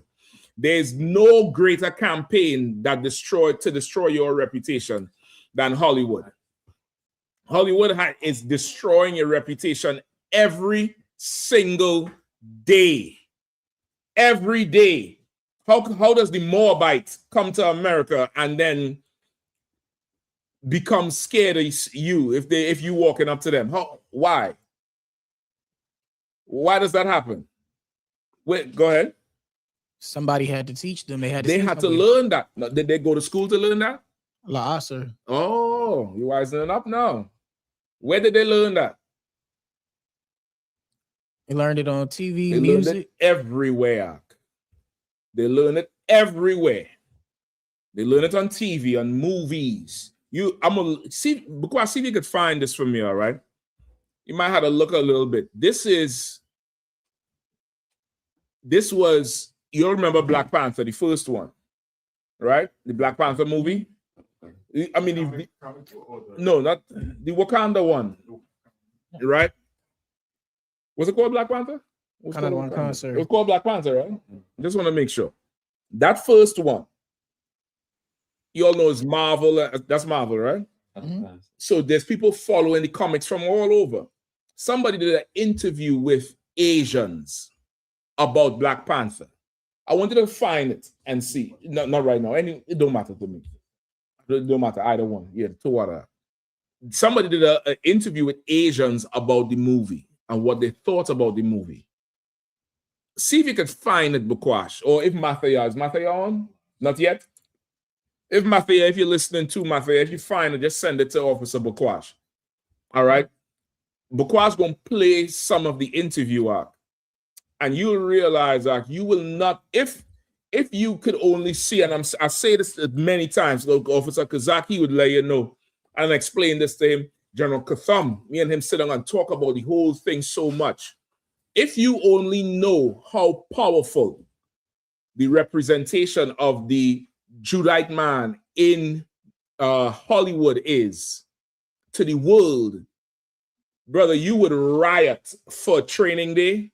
You would riot for what's that? The one everybody like, Menace to Society. What's the other one? Boys in the Hood. Even though Boys in the Hood was more realistic, like almost like a life imitating art, you would not want that image out there if you understand what people outside of America see when they see it. They don't have no context of anything. So they see it and they're like, why was he? They don't have a context arc. And I'm not making an excuse for them, but they don't. And Esau will, market it where, yeah, these movies is this and it's selling this and selling out, tickets and stuff. But brother, what it does to the reputation and the image, it's not even worth it. It's not. It's not worth it at all. All right, go ahead. Slack yourself, if I may. I was just maybe like a few months ago, I saw like a little docu-series or something, and they were talking about the influence of our brothers, the Latinos, over in Japan, I think it is. Mm-hmm. They got Japan, like the Japanese dressed like cholos, and like they acted like they Crips, like Snoop Dogg. They even got a K-pop, something that Officer Kazak touched on last week. How the sisters they wanted to date Asian men because of the anime culture. Mm-hmm. And I think a lady, she was talking about the first K-pop song that came out, or the first group.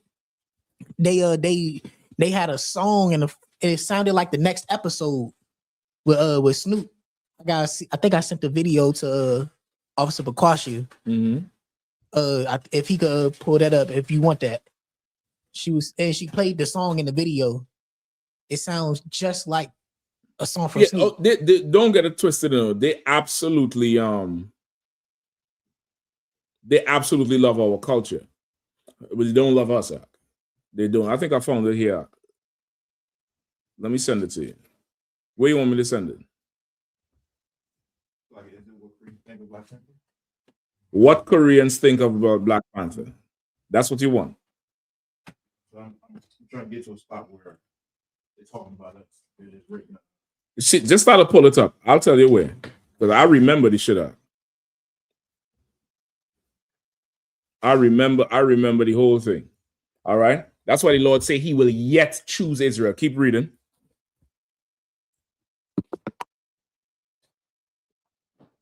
And will and set them in their own land. Mm-hmm.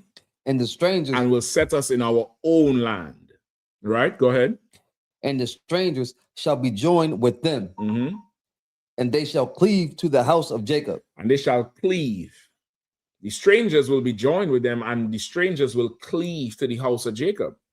Now, how many of y'all today would turn down a good government job in DC right now? You?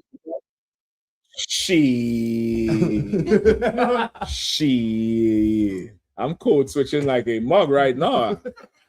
You know what I mean? Bowser stepping down. I might as well go be the mayor. Hell. I might be the chief of police. That she's stepping down too. I don't know what the hell was all these women quitting. I don't understand it. They're all just quitting. After a little roughing up from some white man, you quitting?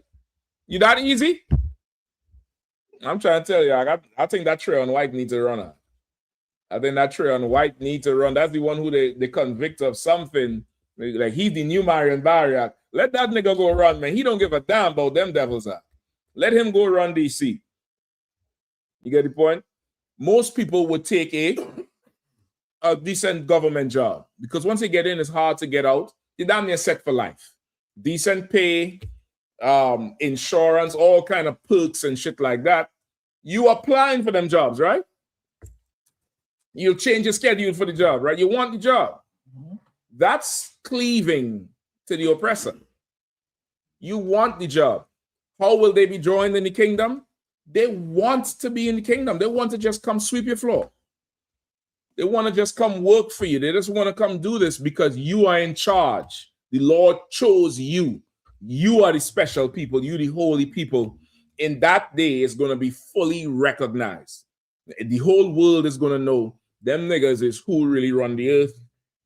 I'll humble down and go sweep a floor. I'll go mop a floor. I'll go shovel some of the, horse down. I'll do whatever they say to do because I know they'll give me better than if I go work for my own people. Because ain't that what we say? I don't like to go. I don't want to. It's hard doing business with black people. I don't want to shop with black people. I don't want to do this. Go ahead, do your thing. No, I was going to add go ahead. what you were saying. Meek Mill just said something about that too. About he doesn't want to go to other black artists for any type of help because they look at it as some hate type stuff. Said that he would rather go to the white man. He's cleaving. Yep. He's in the kingdom, and he is cleaving to who's in charge now. How would they do it? They're cleaving. Cleaving is to hold on to. To cleave to something is to hold on to it. They would be holding on to us. They don't want to, let us go. And in the spirit, it's already kind of happening where you would see brothers and sisters who are celebrities go to other countries or in a space where heathens are, and they absolutely fan out over a brother or sister, who's a celebrity. They'll totally lose it. Michael Jackson used to go on tour, brother, and them bitches used to faint, pass the hell out. They say after the tour, the whole front row was smelling of piss, strong piss, because them broads was not going to the bathroom, leaving to go to the restroom when Michael was on stage. If they had a piss, they piss in right there. Some of them pass out and piss right there. But they say after the concert, that front row where they're just pushing up and Michael, and screaming, they say the piss smell was so strong. It's like, what the hell going on? Them broads ain't leaving. They're not leaving. And that's just one nigga. One day he walk out on stage and do this here. And the girls go mad. He stomp his feet. They go mad again. Get the point? Like, you do that on the block. I just think, what the fuck is wrong with you? But to a heathen, and that's why we had to be separate. To a heathen, the things we do is amazing, brother. The shit we do is amazing. Go watch old school basketball. I'm talking about pre-3-point line basketball, where the heathen walking around in circles doing this shit here. Where a crossover is like, what the fuck he just do? A crossover. What did he do? This needs to be studied. You have no idea how amazing we are. But to us, it's normal. Right. To them, they're tapes. Okay, which foot did he plant first? Which one did he take off with? That's how they study us. They study everything we do like a science, brother. Like an absolute science. I mean, down to your hands. They study Usain Bolt running. They say, okay, look at the angle of his elbow and his hands is like this. He didn't close his fist and there's nerves in his finger. They go down to a science when, nigga, I want to close my hands. It's not that, it's not like that for us. Go ahead. So like if I may, whenever ready, if Baba Shah, I got a precept also to show that they won't be in the chariots. Come on, let me hear. Khan's book of Revelation, chapter 18, verse 18. And cried when they saw the smoke of her burning, saying, what city is like unto this great city? And they cast dust on their heads and cried, weeping and wailing, saying, alas, alas, the great city wherein we're made rich, all that had ships in the sea by reason of her costliness. For in 1 hour is she made desolate. Right. Yeah, they're going to be watching from far off. They're not going to be on the chariots. That's too. I was still just going Jeremiah 16, but that could work too. Go ahead. God, sir, it was just one of my stories, sir. Go ahead, do your thing. I'll tell us where you were. Yeah, so yeah, I was in Japan and in Tokyo, and I had an opportunity to see Mike before he went. And I was slaving that day, and it was this one Edomite that wasn't slaving, and I tried to get him to switch posts with me. Right. And this bastard just like, no, I'm not doing it. Like you, because he want to go. No, I only had that opportunity. Someone was giving me the ticket. Right. And I was like, hey, I got this. Got this. Mike is here. And I was slaving, and no one wanted. Well, this dude was the only one that was off, and he wouldn't switch with me. Like you. Yeah, hell yeah. He's not gonna switch with you. Why? Yeah, he's a nigga. And also I got that what the Koreans were saying, the Asians were saying. All right, you have it. Pull it up. All right. So this here is they in Korea, because of course they into the anime and all that type of shit, and they're asking, Black Panther was such a it had such a big effect on everybody. The self-esteem, most black and brown people had, increased self-esteem. The world was damn near, Black Panther was like the biggest movie in the world at this time. It was huge. Everybody was doing this shit here. Everybody, right? So they're asking these Asians, all right? Now play me some where they like it. You got to put some volume on. You got to put the volume up. Speaking in Korean.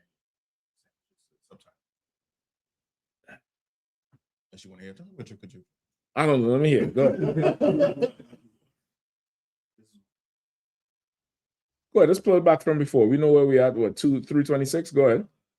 320. No, that's where we are now. Let's go back some more and play. Come on, quickly. I want to get some who like it. Are they seeing it on the screen? Yeah, constantly. 이 점에 대해서는 어떻게 생각하세요? 주인공 엄청 잘생겼던데요? 주인공 완전 잘. Right? The main character was good looking. He's my type. She's her type because she's watching whatever on the internet. You get the point? Keep going. 어땠어요? 너무 좋았어요. 괜찮았어요. 주인공 완전 잘생겼고 주인공 여자친구 완전 예쁘고. 색다른 시도라고 생각을 해요. Like, the tone of skin and all that type of shit, because they really want to be you. Go ahead. 그래서 다양한 인종들이 이제 히어로 영화를 맡을 수 있는 계기가 되지 않을까 생각하고 있습니다. 여러 가지 화이트워싱에 대한 얘기가 많잖아요. 아카데미. The one before said it will set the stage for minorities in other movies. This one said there was a lot of whitewashing in the Academy Awards, for example. Go ahead. 시상식이나 그런 다양한 외국의 영화제에서요.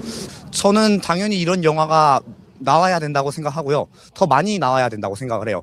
영화를 보기 전에 흑인에 대한 인식은 어땠나요? 솔직히 말해서 한국 사람으로서. 보통 go ahead. 그래요. 영화를 보기 전에 흑인.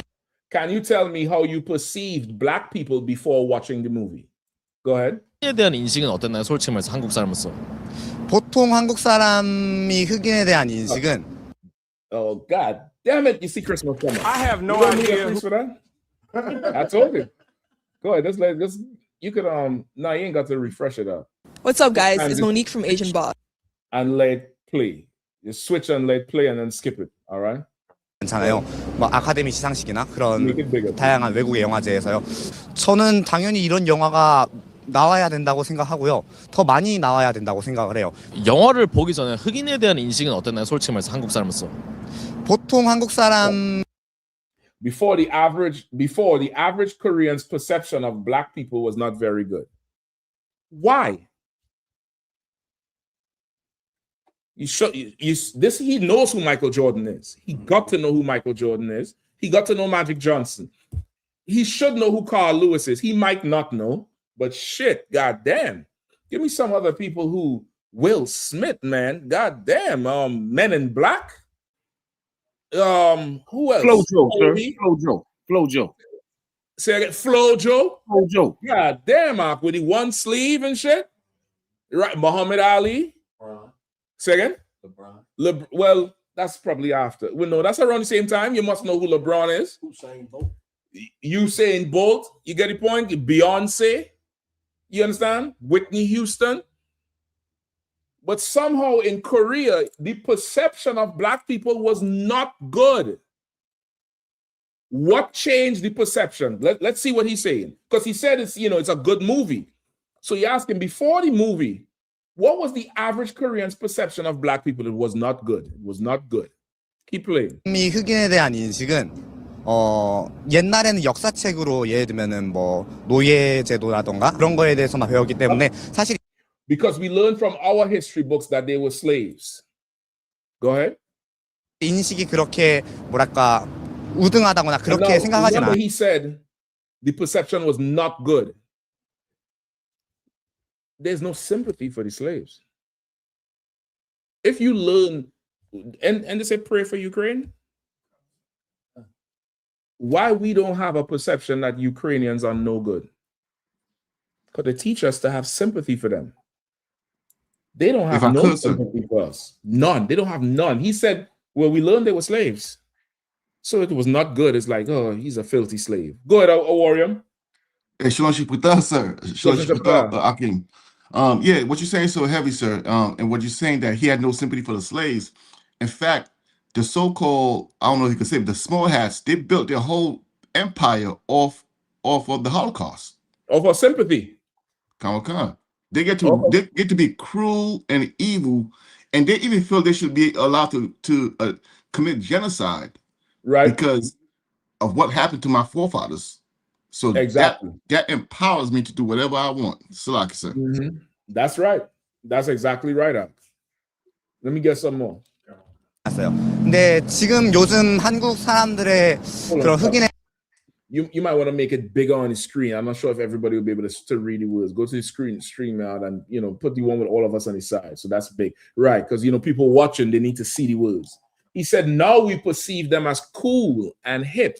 Go ahead. 에 대한 인식은 되게 쿨하고 힙하고 멋있고 자유를 즐길 줄 알고 조금 very free-spirited and expressive, which is great. Meaning, now them niggas is entertaining.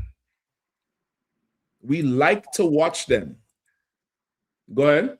저항하고 그런 게 되게 멋있게 다가오는 것 같습니다. 제가 외국인 친구들하고 좀 친하게 Because I have a lot of foreign friends, I don't think I had a particular perception. Go ahead. 지내고 하다 보니까 저는 딱히 그런 다른 인식은 별로 없어요. 그러니까 제가 하는 인식은 없었고 그냥 주변 사람들이 흑인들 좀 무시. Sometimes when a black person sits on the subway, no one sits next to him. This isn't fucking Korea. For all y'all people who like KBB, Korean barbecue and all kind of bullshit. Somebody sit on you a nigga, you sit on the train, ain't nobody sitting next to you. What the fuck you did to them? What the fuck you did to them? Go ahead. Sir, I was in Seoul one time, and I'm God damn, Bukash. Where have you not been? Damn. It's like Bukash, hold on, Cap. Bukash is like Tony Yayo. You ever see Tony Yayo? I was in Japan eating caviar pancakes. Bukash been everywhere. God damn it. Go ahead. So I'm walking. It's real crowded. I'm coming out of the train station, and I see out of the corner of my eye the little kid be like, "Hey, look!" You know what I'm saying? Just pointing up. But you thinking he pointed at something behind you or something, right? You was like, "Well, damn, what's so amazing?" Yeah, constantly. Go ahead. And then I saw his mother, put his hand down. Like, and then you realize he's talking about the big gorilla that just walked out of the fucking train station. Mom, I didn't know they ride subways. I thought they would swing their way everywhere. Keep going. 하거나 약간 지하철에서 흑인들. Go ahead. Yeah, the point before where again this Moabite make there again it draw to my attention as well too now that right. if he say that they know that we were slaves from their records, what this goes to show with all these Western nations who know us as well, like the East Indians for example down here. They right. know who we are. So this and again, this is why brothers and sisters should really see this and really pay attention, because they already know who we are, because their family will always teach them to stay away from black people, and their perception is like they're getting entertainment right now. Yes, yes. Yep, that's right. Like the only thing them niggas is good for is to sing and dance and throw a ball. Go ahead, Shapat. If I may let you know that we'll never have any help from anybody else, as you know, to come to save us. And that's why in the what they call the UN, NATO, or whatever, you know, we have no representation while they speaking of everybody else getting bombed and because we're not a people. Yeah, We're not a people. We don't have identity. We don't have nothing. Yeah, I mean, let me get some more on this before I eat up the time, all right? 앉으면 그 옆에 비어 있고 이런 걸 보면서 왜 저러지 하는 생각은 했어요. 우리나라 같은 경우 사람들은 외국 He said before, when I see things like that, I always wonder what's wrong with us as Koreans, like why we don't, you know, go be more friendly. He said for most Koreans, the main exposure they had to, well, the foreigners here is black people, because that's what the host is asking. The main exposure they had to black people was through movies. That's the only time they see it. Now, understand that. If the only time they see you is Players Club, what do they think about your woman? Now you see how they could beat your woman in the store, lock the door, and put her in a chokehold and treat her like shit. You understand? He taught them Korean talk to you a certain way. You're like, what the fuck? You already like, who the hell do you think he is? He's done watched movies out. He watched Boys in the Hood. When the black cop say, you think you tough, and put a gun up in his face and shit, he said, oh, they treat each other like that. God damn, I'm having no respect for them. They're learning to hate you through Hollywood. I'm going to be an actor. I'm going to act the best role. Go ahead. So just like the way you were saying, you know, they see menace in society and think we're all old dog killing Koreans, right? And no, they wouldn't show when the Korean killing us. With like what's that? With Latasha Hollins. They wouldn't Latasha Hollins. They wouldn't show that part. But America has invested billions of dollars in assassinating your character before police just killing you. And I'm not saying they wasn't killing you before. There was. But they put money into it, so nobody cares. Nobody don't give a damn what the fuck happened to you. Nobody don't care. Don't. Hollywood is why. And make no mistake, if you're paying attention to the news, what is Trump doing this week? On topic. Y'all ain't gonna know it. Go ahead. So he speaking on that Netflix merger. Break it down. Well, Netflix is trying to buy Warner Brothers, and Paramount put a bid in too. But Trump is saying that, you know, he's kind of saying like that might be a problem. No, Trump is saying that's a problem. That's the last I had heard. No, Trump is on the side of Paramount because go ahead. It's like I know his son-in-law is one of the investors of, I don't know if it's Paramount or Netflix, but his son-in-law Trump is pushing Paramount because he already pushed Paramount to have that merger with Sundance, which is another Sundance is the film company that made all the Mission Impossibles. They made a few other high action, high intensity movies like that. There's a whole merger with Paramount and Sundance and I think CBS, and now they're trying to get over there to take over the Netflix and who's the other one? It was Netflix and Paramount. No. Disney, Warner Brothers. They're trying to get the whole catalog to start to stream because, of course, Netflix, I want to get into it, is a huge money move. Right. Why does Trump want so much of this movie and to give certain movie houses such a platform? Because there's a lot of propaganda that comes out of Hollywood. It's entertaining, but brother, there's propaganda. Commander General Yahanna done broke down the Wicked for you. Right or wrong? Not this Monday, but last Monday. He done broke the whole Wicked down. What was the budget on Wicked? How much it cost to make that Wicked? And then there's Wicked 2. I forget what's the theme of Wicked 2. It's some more Wicked, I think. Wicked for good. What the fuck does that mean? God damn. What was the budget for Wicked Part 1?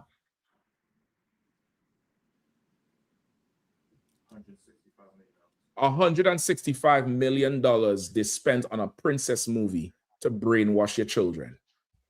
One fucking movie. Think about everything from Sidney Poitier to now. How much money you think they spend to make us look like shit, like drug dealers, violent motherfuckers, stupid motherfuckers, and whores? How much money you think they spend? Go ahead. It's like, and if I may use the word, the number makes it 12 tribes harder for you to say you God's chosen people. Of course. Now, after we finish this clip with the Koreans, I'm gonna hit you to something else, and it's gonna blow your mind, and you're gonna start to look at things through a whole other lens. Go ahead. Oh, Arawadi, go ahead. Sir, if I could, so it say they made the movie back to back, so it was 3 to 350 million. Both parts. And that's for the movie. They got all kind of merchandise and shit coming out now. You understand? Brother, that's a budget they spend on how to manipulate your children on their self-image and the image of some little white girl. Like, I listen, confession good for the soul. I already tell my kid, y'all ain't watching that shit. I already knew the Hamite was a Hamite, right? I told them they ain't watching it. They said, why? I said, the girl already dark skin. Why the fuck they make her green? Why didn't the white girl be green?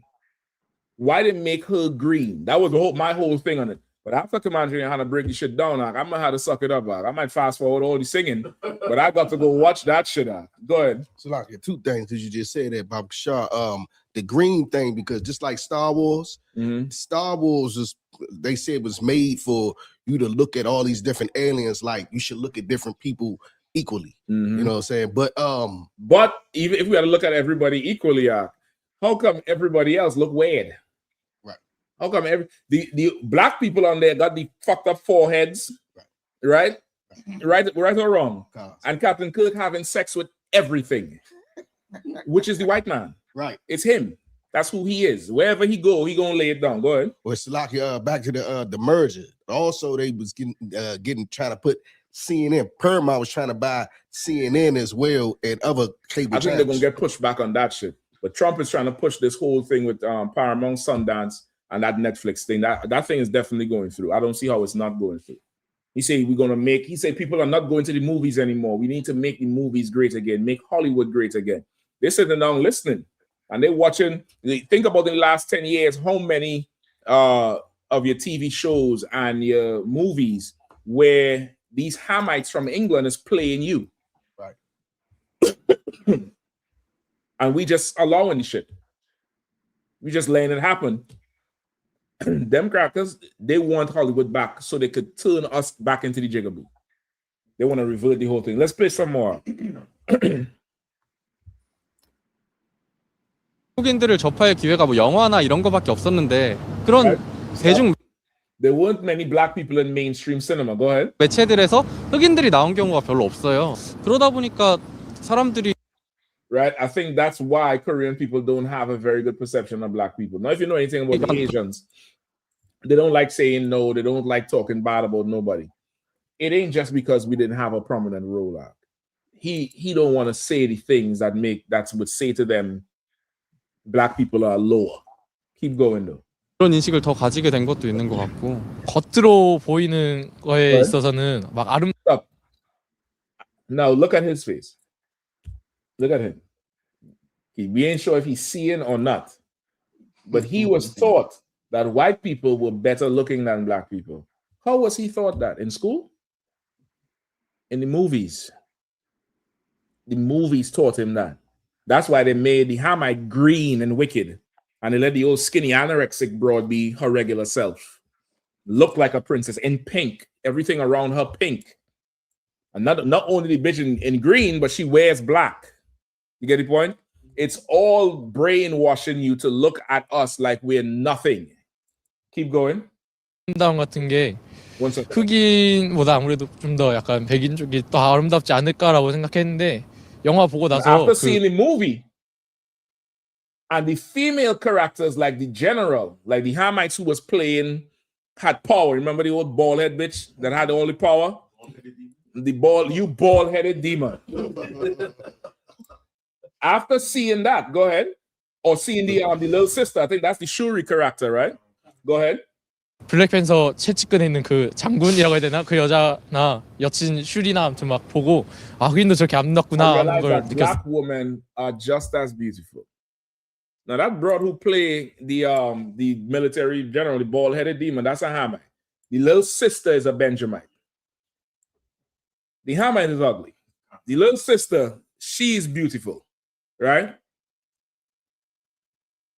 He said the movie made him realize that. This one movie. So think about everything else before. How he looked at us. And he in Korea. Imagine the hair selling you Lau Ming as you walk in the store. You think they're talking, you think they take your order, let me get fried rice, this, that, yeah. The ugly monkey over here want rice. You know his dumb nigga bitch don't cook. That's what they're saying, Ak. That's what they're saying. Because he over in Korea. And from a movie, he hates you. What do you think the one in the store feel about you, Ak? Some of y'all ain't gonna remember. But I know some brothers in here remember. Remember when they used to tell you put the money on the counter? Gosh, you know about that shit. They put the money on the counter. You put your hand to get the change. They don't even want their finger to touch you, Ak. That's from a fucking movie. Keep going. 네, 만약에 마블이나 이렇게 좀 더 영 That's like I wanted to catch why his face is on there. Like that was a perfect example how we teach they from incest and he looked like Down syndrome right there. Exactly. Like who's he to talk about who's ugly and who's beautiful? Like nigga, you weird. You a weird looking one, but I ain't trying to get flagged, Doc. I ain't trying to get flagged. Keep going. I might have to skip it for time's sake. But there's another part here where they talk about Killmonger. They say that, you know, you see how everybody, the girls were saying they like the main character. They love Chadwick Boseman because he's the hero and he's black and he's so strong and he have a soft side for the little girl and blah, blah, blah, blah, blah. They talk about Killmonger in here. If I'm not mistaken, it's ridiculous. It's absolutely ridiculous. Now, you can put it back on screen until you find it out. Now, let me ask you all this, right? Do you think? If the heathen thinks about the tribe of Judah like this, what do you think Ephraim, Asher, Benjamin, Levi thinks about the tribe of Judah watching the movie from the outside, never having ever interacted with a Judite? Come on. They think the same exact thing. How? Through the movies, Ak. What's the flip side? When the average Judite hears a Caribbean accent, what's the first thing they ask? Where you from? No. What's the first thing they ask? The average Judite hears a Caribbean accent. What's the first thing they ask? Jamaican? You Jamaican. Why do you say it? Because TV, Cool Runnings, and everything is marketing to you a beach, everybody Irie and Jamaica. Wagwan, man. That's all that's marketed to you. That's it. There's no other context of anything. Brother, Hollywood is absolutely dangerous. And they do it on purpose with the tribe of Judah. Who knows why? Who knows why? I'll be really, come on, y'all impress me with this one. Why do they focus so much on the tribe of Judah to demonize so much, to villainize? Come on, a warrior. It's like, sir, because Judah is the head tribe. They're the ones who, if they stand, everybody stands. Precept. You know Precept. Is it Judah is like a crouching lion? Mm-mm. It's like it.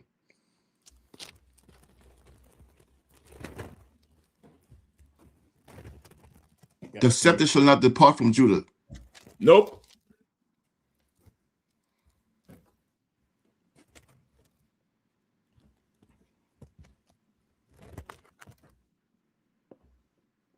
Who knows it? Go ahead, Shapat. Still a question about why did they focus on? Yep. By me. Mm-hmm. I'm just going off what the Bible says because the other tribes follow Judah. Precept, you man. You right there with it. Okay, You're paraphrasing. Concept. Come on. He's right though. Come on. I'm gonna get to you off for time's sake. Genesis 49:8. Judah, thou art he whom thy brethren shall praise. That's in the Bible. And that's life. If you travel, you would see it.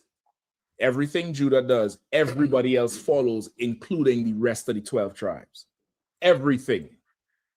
Fashion, music, slang, vernacular, everything. You get the point? Okay. Every heathen woman is trying to dress like an Israelite or like a Judite. You get the point? Every heathen one. You look at them. They come from Afghanistan and they got to get the hair and the wavy shit and they're trying to get hips and they're trying to get their lips bigger and they're trying to do this. They're trying to look like Sasha Fierce. They're trying to look like Rihanna. You understand? Ain't none of them coming over here trying to look like Celine Dion and her skinny ass. You understand what I'm saying? That bitch singing, you seeing all the vertebrae in her back. You seeing the discs in her back. Who the hell trying to look like that? They understand something about the tribe of Judah, and they are making sure to keep their foot on the tribe of Judah neck. They have to do it. Because without it, if Judah stands, everybody else will get courage to stand, which is why I say y'all have to study. You don't understand the war that's against you. You have no idea. Who would have ever thought with Carl Lewis, if you all know Carl Lewis, he was good at, well, I think he was on steroids, but I think they're all on steroids anyway. But he was an athlete that won everything. Everything he was doing, long jump hurdles, the javelin, the one where they stick the pole in the ground, and he was doing it all, and gold medals. Flojo, Muhammad Ali, Mike Tyson, the one who played with Bruce Lee in the movie, what's his name? The tall dude with the afro. No. Black Belt Jones. Black Jones, the one who they call him Williams in the show. Williams. After everything, Beyonce, music, hip hop, everything. Wu-Tang Clan. Come on, man. You have a group that made hip hop that took the world by storm and called themselves by your culture, and you still have a bad look on black people? Fuck is wrong with you? For what? Hollywood. You found any more? Last, sir. They're talking about them speaking Korean in the movie. Nothing with Killmonger. Okay, I'm gonna look for it. Maybe it's another one I saw. But I remember seeing one where they asked them and they said the Killmonger character, they didn't like him. He was so evil and he was so this and he was so that. Black people understood Killmonger. Because black people, and listen, they made Killmonger, I hate to go this over, I already broke this down in a class before, but they made Killmonger look like a YN. They made him look like Migos. He was dressed big baggy clothes. He had the Cartier frames. He had the gold teeth. He had dreads, but it's kind of curved to the side, kind of weird. He talked with a strong, aggressive West Coast accent. Because why you think they made him have that? Why he didn't have a New York accent or a Florida accent?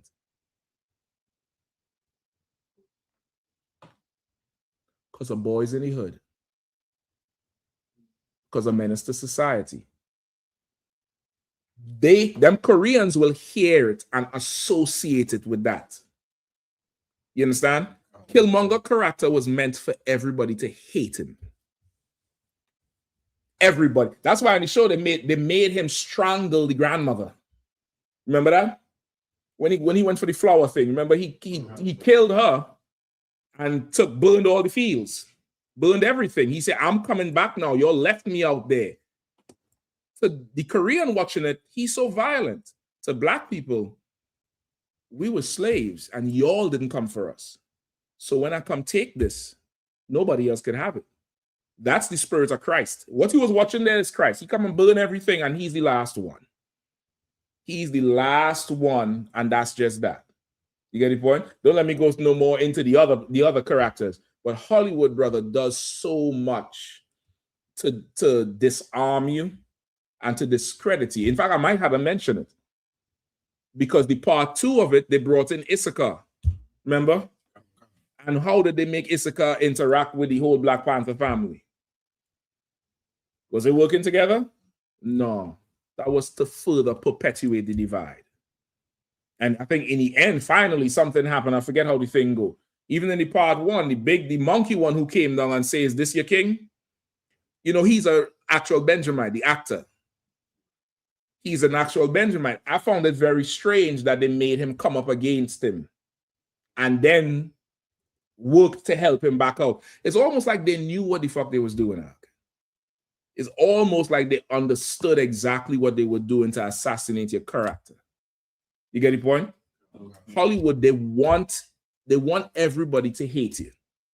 They want everybody to hate the 12 tribes. They want everybody to hate the tribe of Judah, including the 12 tribes. Like what the fracture we have, even though we live so close together, is not, by coincidence. This is purely design. Purely design. Where we was at before we went off into this. Go ahead. We were on Isaiah 14 and 1. Come on, go ahead. For the Lord will have mercy on Jacob and will yet choose Israel. And will yet choose Israel. So despite all the money they're spending to tarnish our name, to make us look bad, to make us be horrible, to turn us against each other, the Lord's still going to choose us, Steven Spielberg. The Lord's still going to choose us. He's going to choose us still. It doesn't matter how good you make yourself look or how horrible you make us look. God has chosen us. And he has the final say. He's the producer and the author of this movie we live in. And he done set the hero and he told us who the villain is. And it's you. Keep going. And the strangers will be joined with them. Right? We broke down that already. We good to go with that? Another one. I believe so. All right. Where else? Where we got to go next? Bukash. In the meantime, you can line up Genesis. All right. Go ahead. Do your thing. So Rodney Thomas says, if the 12 tribes chart is true, can you show a single historical source before 1969 that lists those nations of the tribes of Israel? That lists the nations of the 12 tribes of Israel.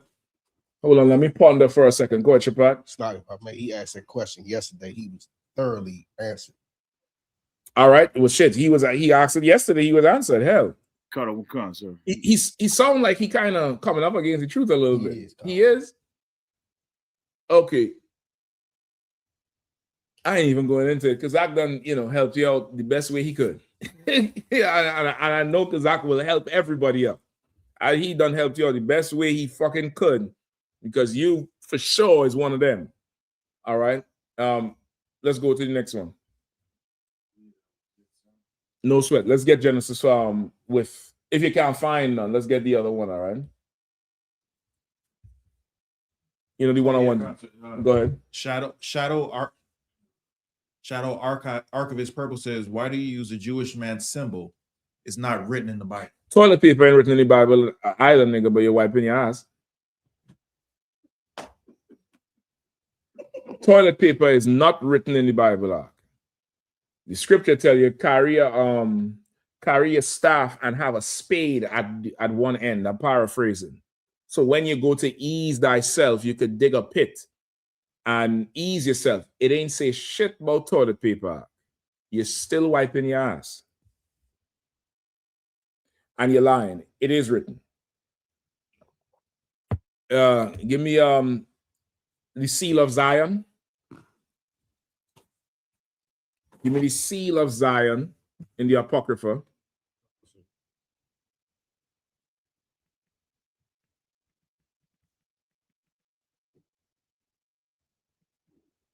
And also give me signet.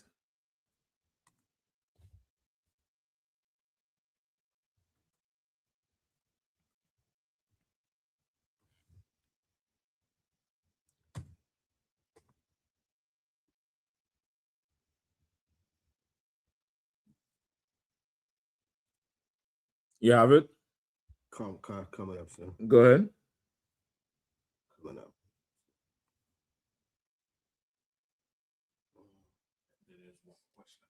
Let me hear it. Question from Brother Blacks. He says, one question, sir.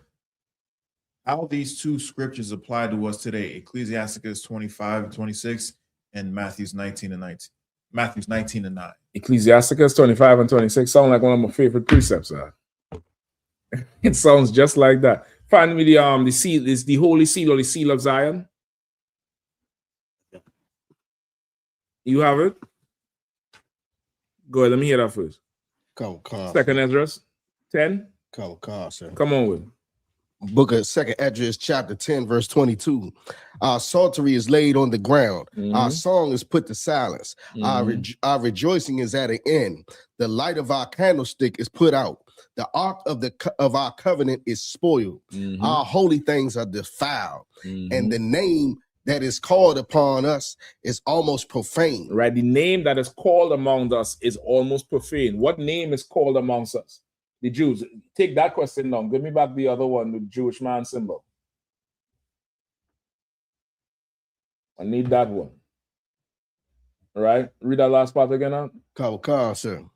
Our holy things are defiled, and the name that is called upon us is almost profane. And the name that is called upon us is almost profane. Like that, the guy who's asking the question about the Jewish man symbol. It's profane. That's why you saying it's his symbol. This is not his symbol. This has nothing to do with him. This is something he stole. This is something he stole from us, like they stole everything from us. They stole our literal name, Mark. I don't know what else you want. And even here in the Apocrypha, these heathens did something to us where our name was so profane. How is that so heavy? Based on this class we just read tonight, we just go through tonight. How is this so heavy and pertinent? Just for time's sake, I'm going to give it to you anyway. We just talked about Hollywood spending money to destroy your reputation. When it says it profaned your name, your holy name, it ain't just talking about Israel or Jew or the tribe of Judah. Your name is also your reputation. It's also your rep. Like, I don't want to get a bad name. You throw in dirt on my name. Your name is also a reputation. So you mean to tell me in the Apocrypha, they was destroying our reputation too? We're the same people, man. We are the same people. Keep reading. Come. Our children are put to shame. Our children are put to shame. This is in the Apocrypha. This is in 2nd Esdras. Right? And today, are our children put to shame? They call us YNs. They say the young niggas. These devils, they have a new thing. Oh, he gonna chimp out. That's the first time I heard that was when Commander General Yahanna battled that sodomite. They say, oh, he's gonna chimp out. He chimping out. I'm like, boy, they come up with some creative shit. Some creative shit. He gonna chimp out. They shame our children. Keep going. Come. Our priests are burnt. Our priests are what? Burnt. Imagine that, brother. They set fire to you. They cancel you. You get burned. They take you. You teaching your people or you providing a service? Yeah, we're going to burn you. We're going to burn you. Go ahead. Our Levites are gone into captivity. They took our priests and put them into slavery. Slavery. Same thing today. You want to stop the revolution? You want to stop the I.S.U.P.K? Let's get everybody jobs out. I'm trying to tell you. Come with the good paying slaveries, Esau. You stop a camp. I'm telling you straight up and down. You stop the whole camp.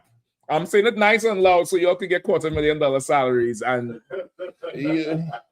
we still go to camp. And when you say what I thought, you wouldn't go to camp. I'll be like, gotcha, bitch. You want to stop it, Doc. Slavery. Go ahead. Come.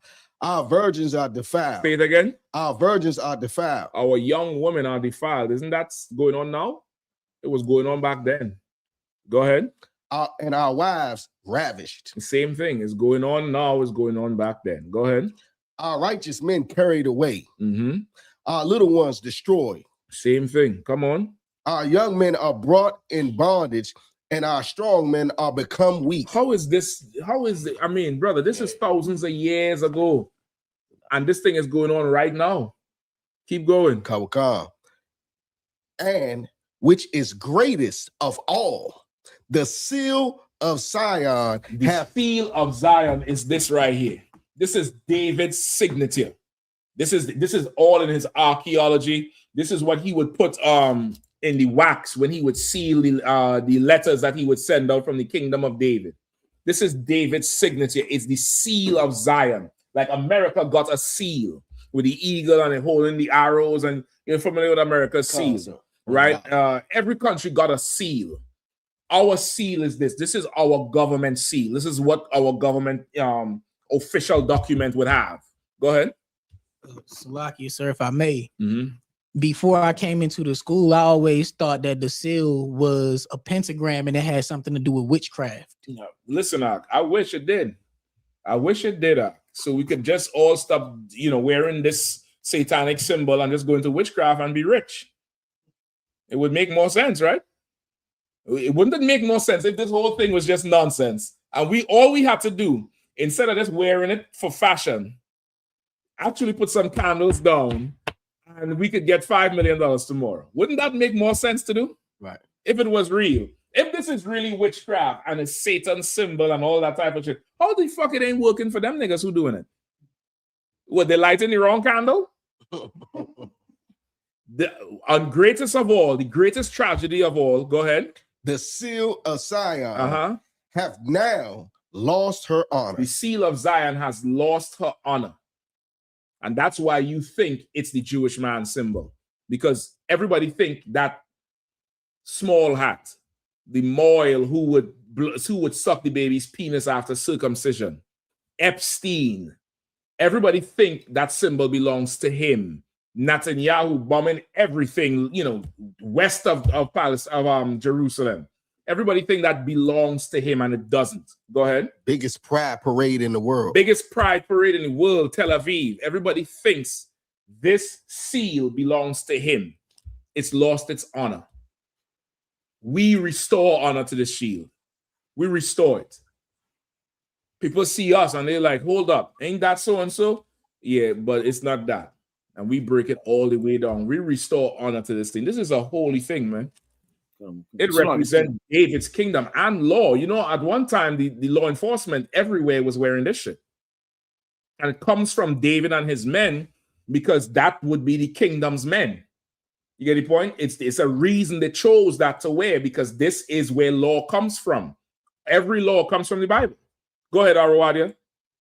Oh, Salaki, sir, I was going to say, stupid heathens and some of our people, they can just starve Molech. This is dealing with Satanism, but this is when you thought of us, when you seen the so-called blacks, Hispanics, and Native Indians, this is what you seen right here. Is what King David presented. That's right. This is where this come from, and they can't defeat that. That's why you see, the U.S. Marshals rocking it. You see the Sheriff's Department rocking it. Mm-hmm. If you hated us so bad, why you got to do this? Just do your own thing. So long as make something else up. Make something else up. And brother, they done took our holy seal and gave it dishonor. Go ahead. It's crazy how, he done took everything else. He done also taken our language and bastardized it and even changed the alphabet so that you don't even know a triangle is Da. You don't know it. You don't understand it. You don't even know. Big up General Kabbalah Mark, man. Give them a hand, brother. Y'all don't know. Years ago, DC camp used to be on Friday. And brother, we would leave camp and come back in, and General Q and Captain Kahan would do the Hebrew class right here. And we come back in and breaking bread and niggas eating in silence because General Q breaking down the Hebrew online. General Q brought out a whole story how Harvard did a study on the ancient Hebrew and related it back to why the Greeks and the Romans called it barbaric language. because they said we spoke like sheep, ba, ba, ah, ba, ga, and that's why they call it barbarian.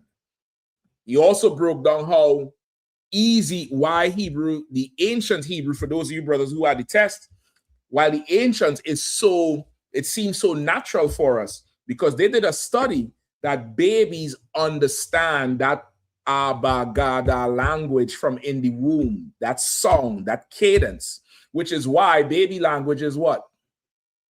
Goo goo ga ga ga. They did a whole Harvard study on this shit. Only Negroes think what we doing is, you know, unfounded and we made this shit up. Why do white man studying it if we made it up? You explain that shit to me. Well, you get the point? Let me keep reading now. Read the last part. Come, sir.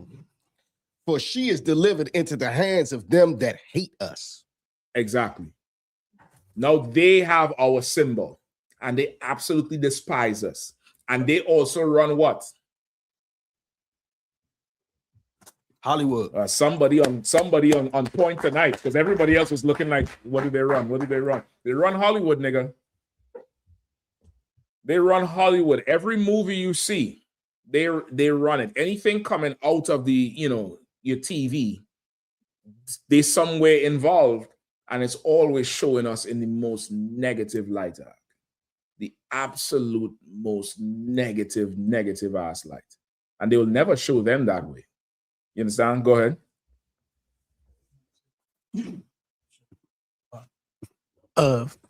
For example, every Medea movie. Mm-hmm. Every Medea movie paints black people, specifically the darker skins, as bad guys. The lighter you are, the closer to godliness you are. That is an old thing. The colorism thing is so old in Hollywood. And it plays not just in Hollywood, but in the music industry. It plays all the way through that. You look at Coming to America movie, right? The sister he wanted was the light-skinned one.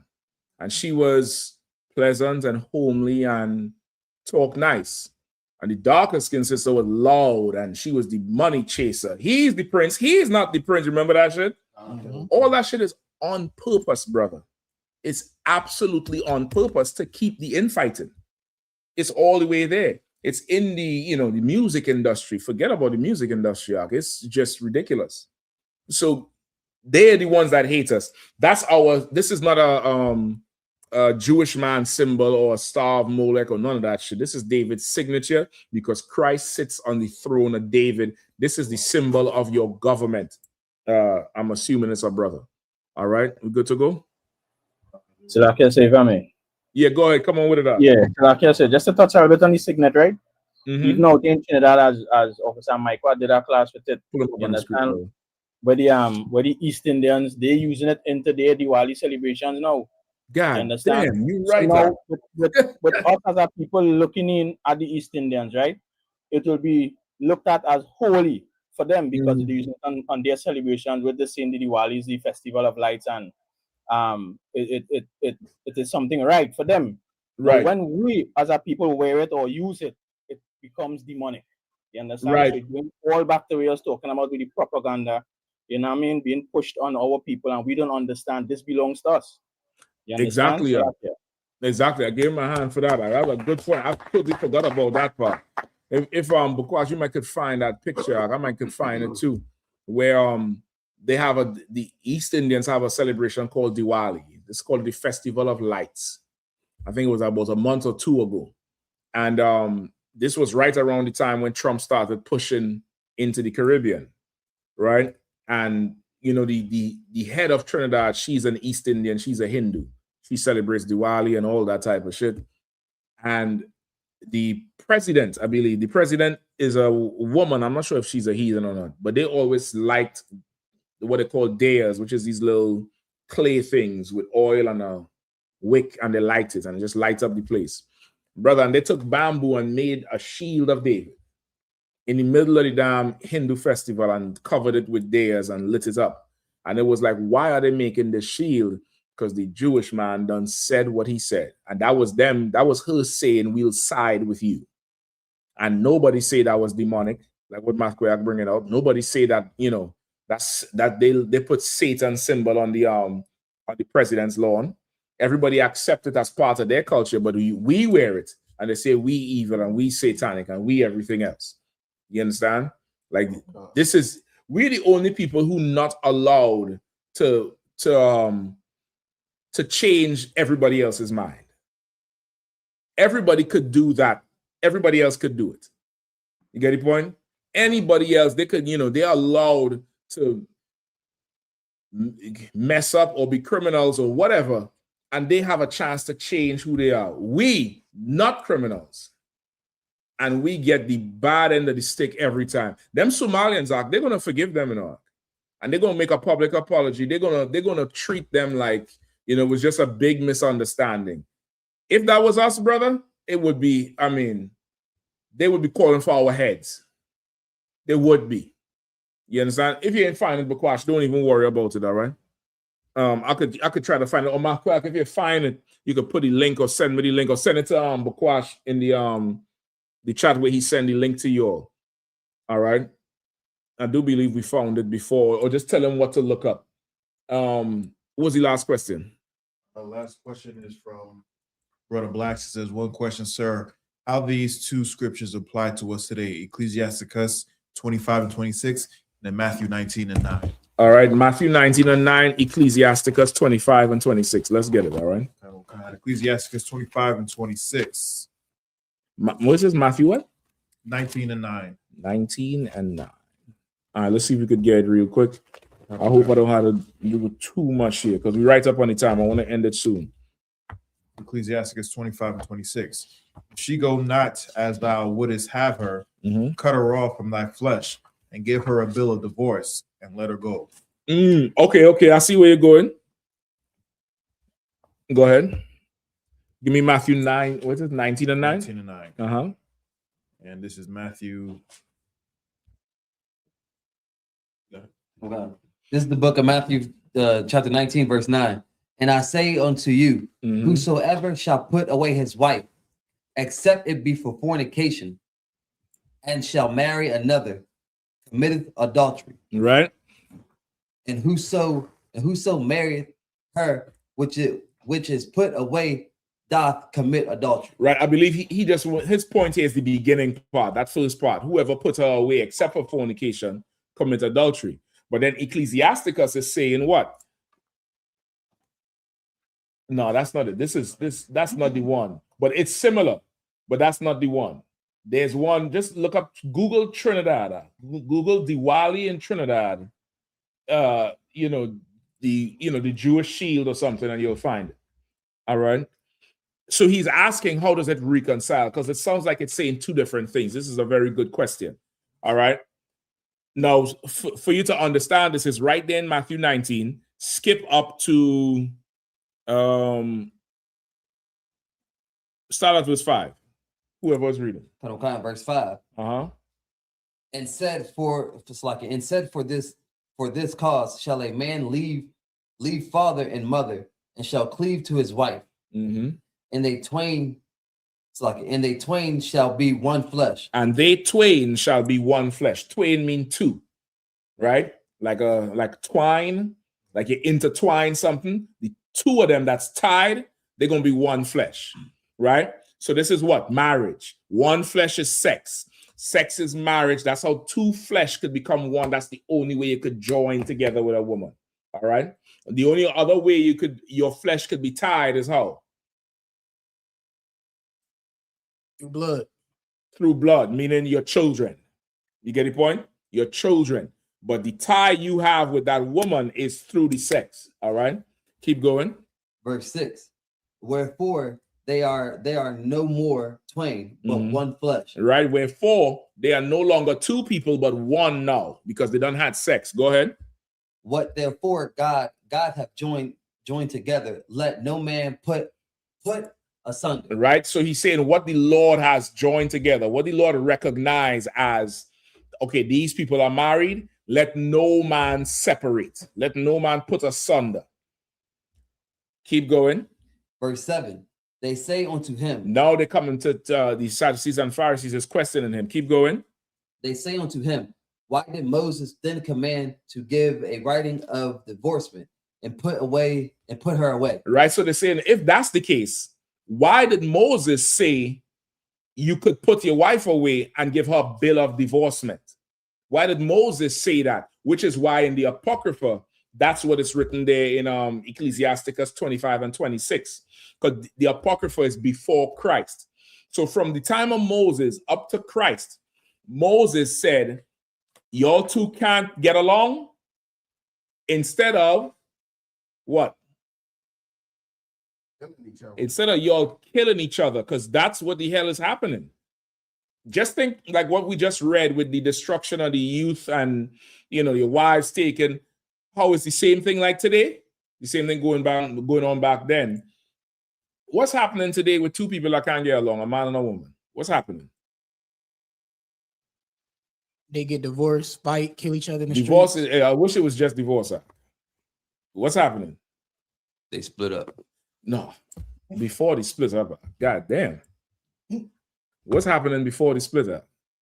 They fighting all the time, giving each other They headaches. busting lips and busting eyes, busting nose, breaking limbs, stabbing one another, shooting one another.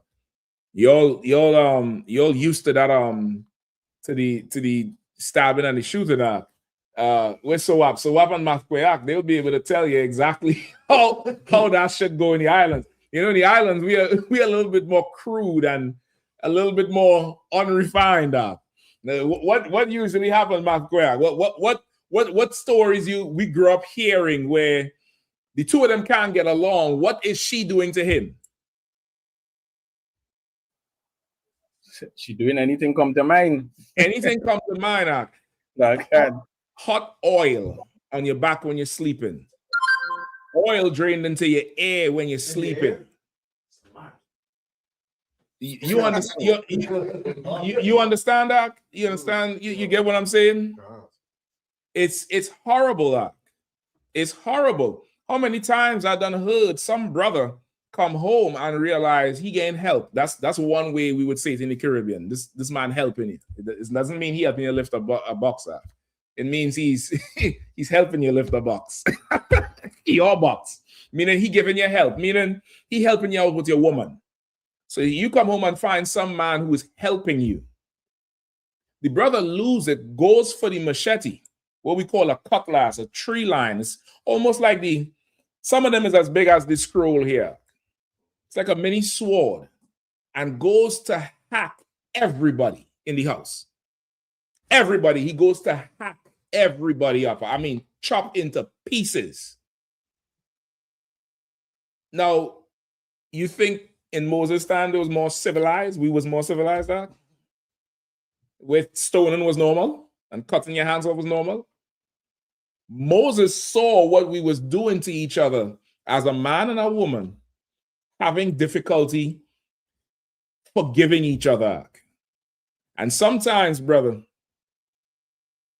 if you are young in the truth, or you have things that you have not dealt with, it's hard to forgive somebody. It's very difficult, which is why the Israelite School of UPK has counsel. It's very hard. So that's why, before you raise your hand, let me finish this point. That's why, read verse 8 again.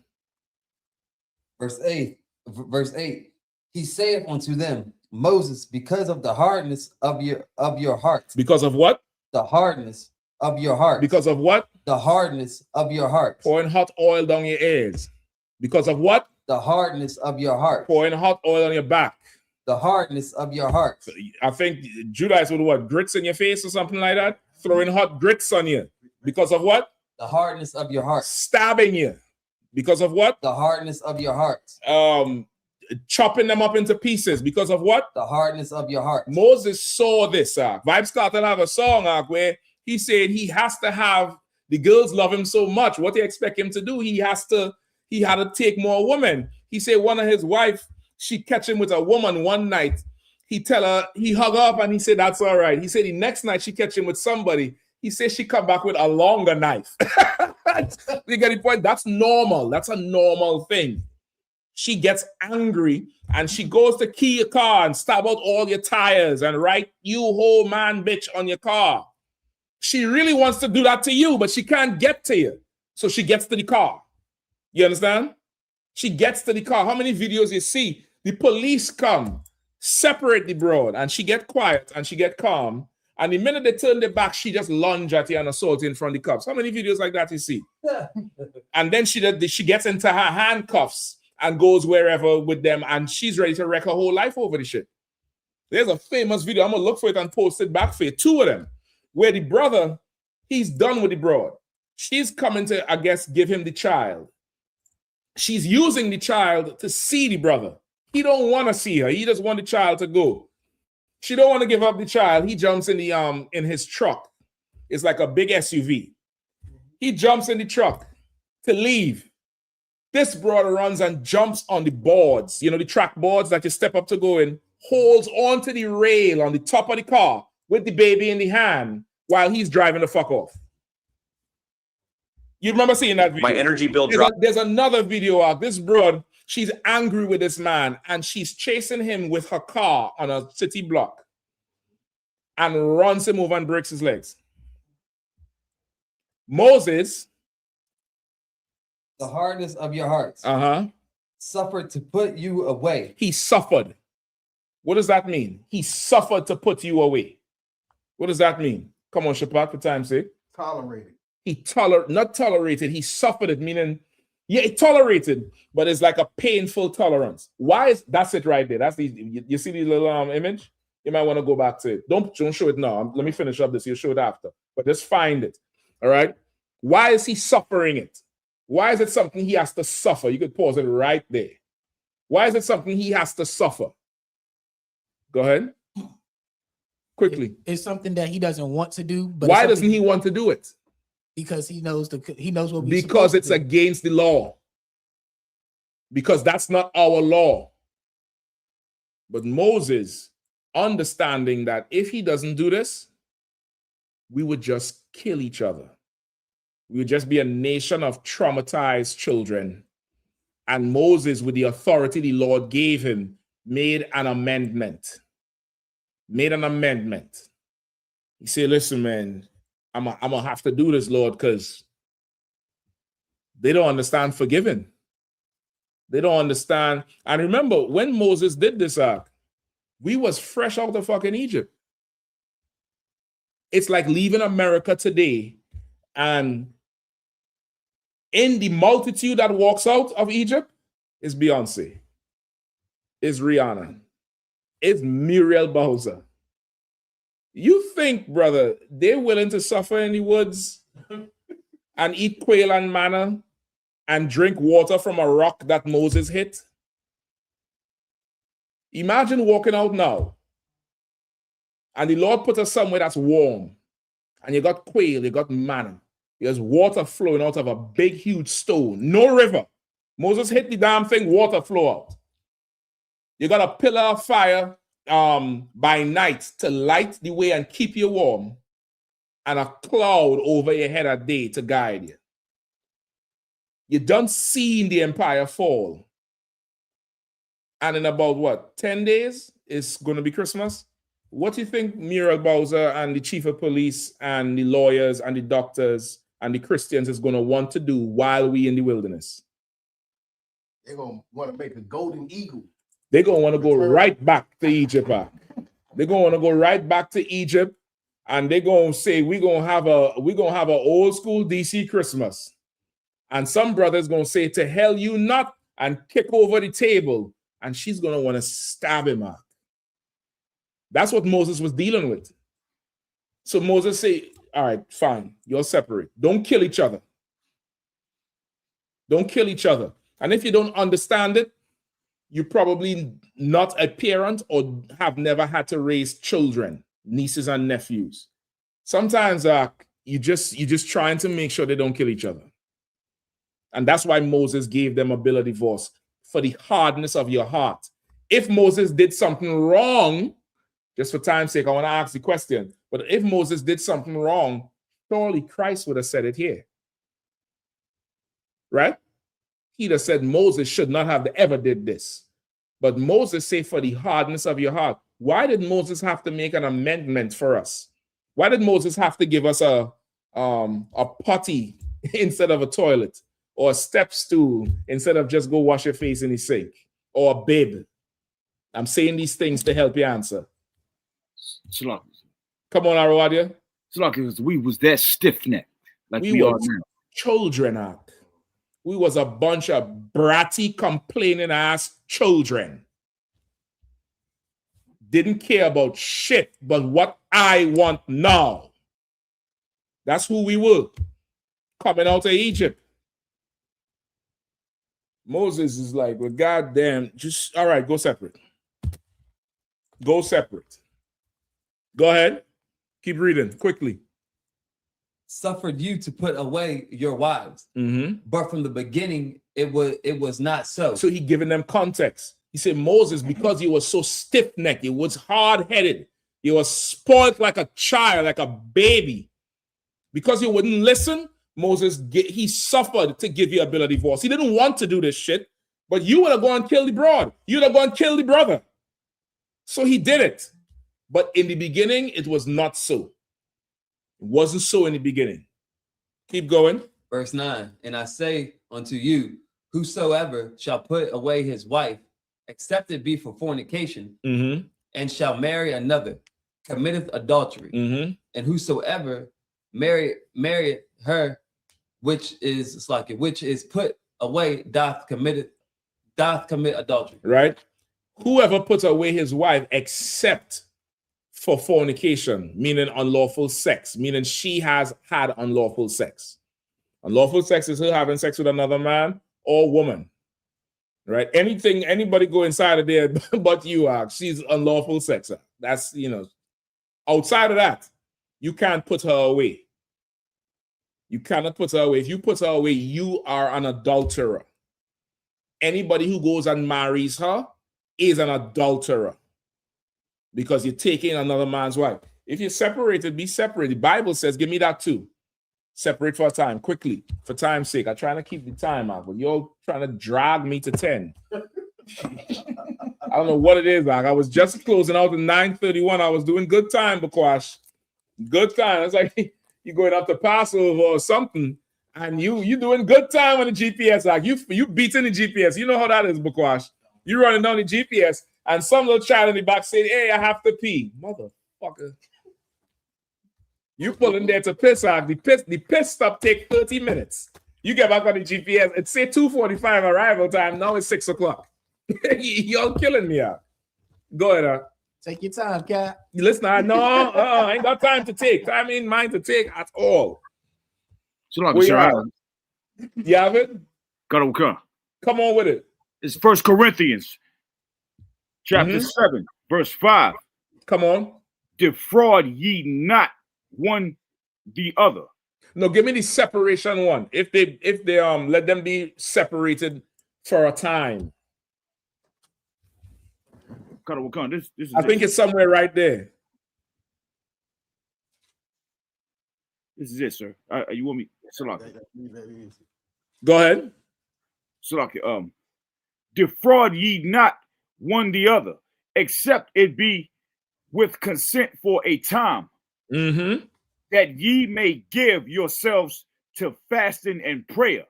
That's right. What verse you have again? This is 1 Corinthians chapter 7, verse 5, sir. All right. Go ahead. And come together again, that Satan tempt you not for you, for your incontinence. Incontinency. Incontinence is your inability to control your lust. He's saying separate for a time if you agree, and then be reconciled, lest Satan tempt you for your incontinence. Meaning, because you're all separated and you're all not having sex, you obviously gonna find some more bite. She look good, and she talks soft, and she don't yell, and she the opposite of the woman you're separated from. So Satan tempt you, and vice versa. You get the point? Give me verse 11.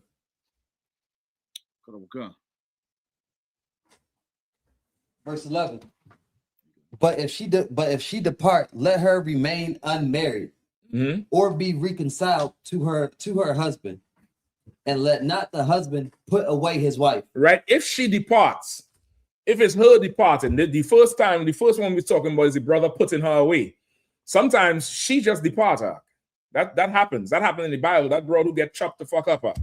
You remember that? The Ephraimites rib who got raped in Judges. No, I'm not saying this. She deserved it, but remember she left him and went to her father. You understand? And it said he found uncleanness in her. I think it said she played the whore on him, and he, like any brother who still was in love with the broad, wanted her back. He should have never gone. He should have never gone. He should have left that alone. She should have never whored on her husband and never went there. You see what happened? Sometimes the broad departs her. She ain't listening. She depart. Is it Lot? Lot's wife departed. Quick.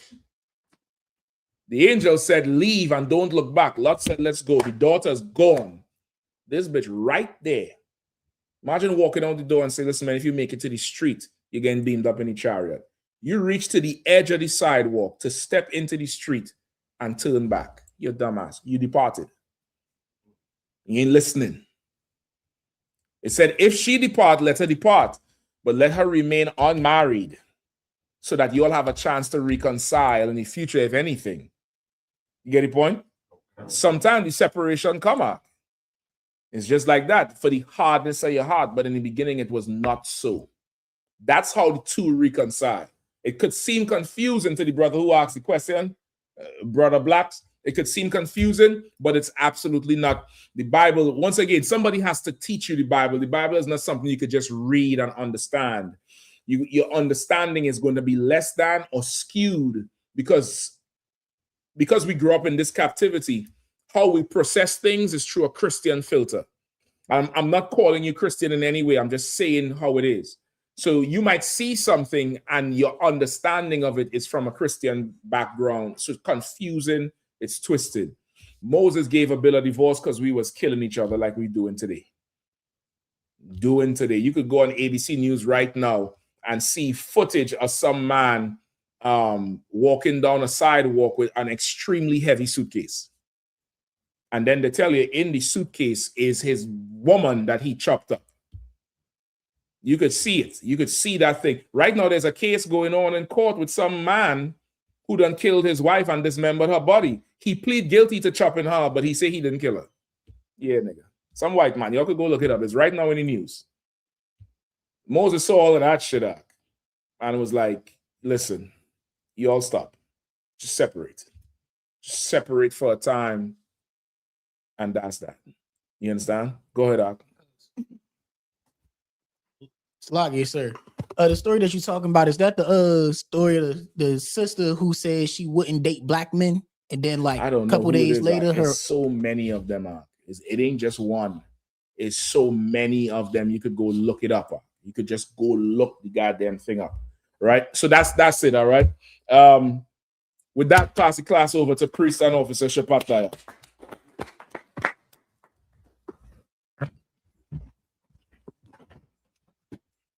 I.S.U.P.K security announcements. We the I.S.U.P.K out of 1 West 125th Street, Harlem, New York, under Commander General Yahanna. Rules for new brothers and sisters. When the new brother and sister come to the school, they're off limits for 6 months. It'll be saluted only. They're here to share themselves with the world. After 6 months, if a brother or sister has an interest in a particular person, he or she must get permission from the head to speak to a brother or sister. There's another 6 months in which the brother and sister will court each other.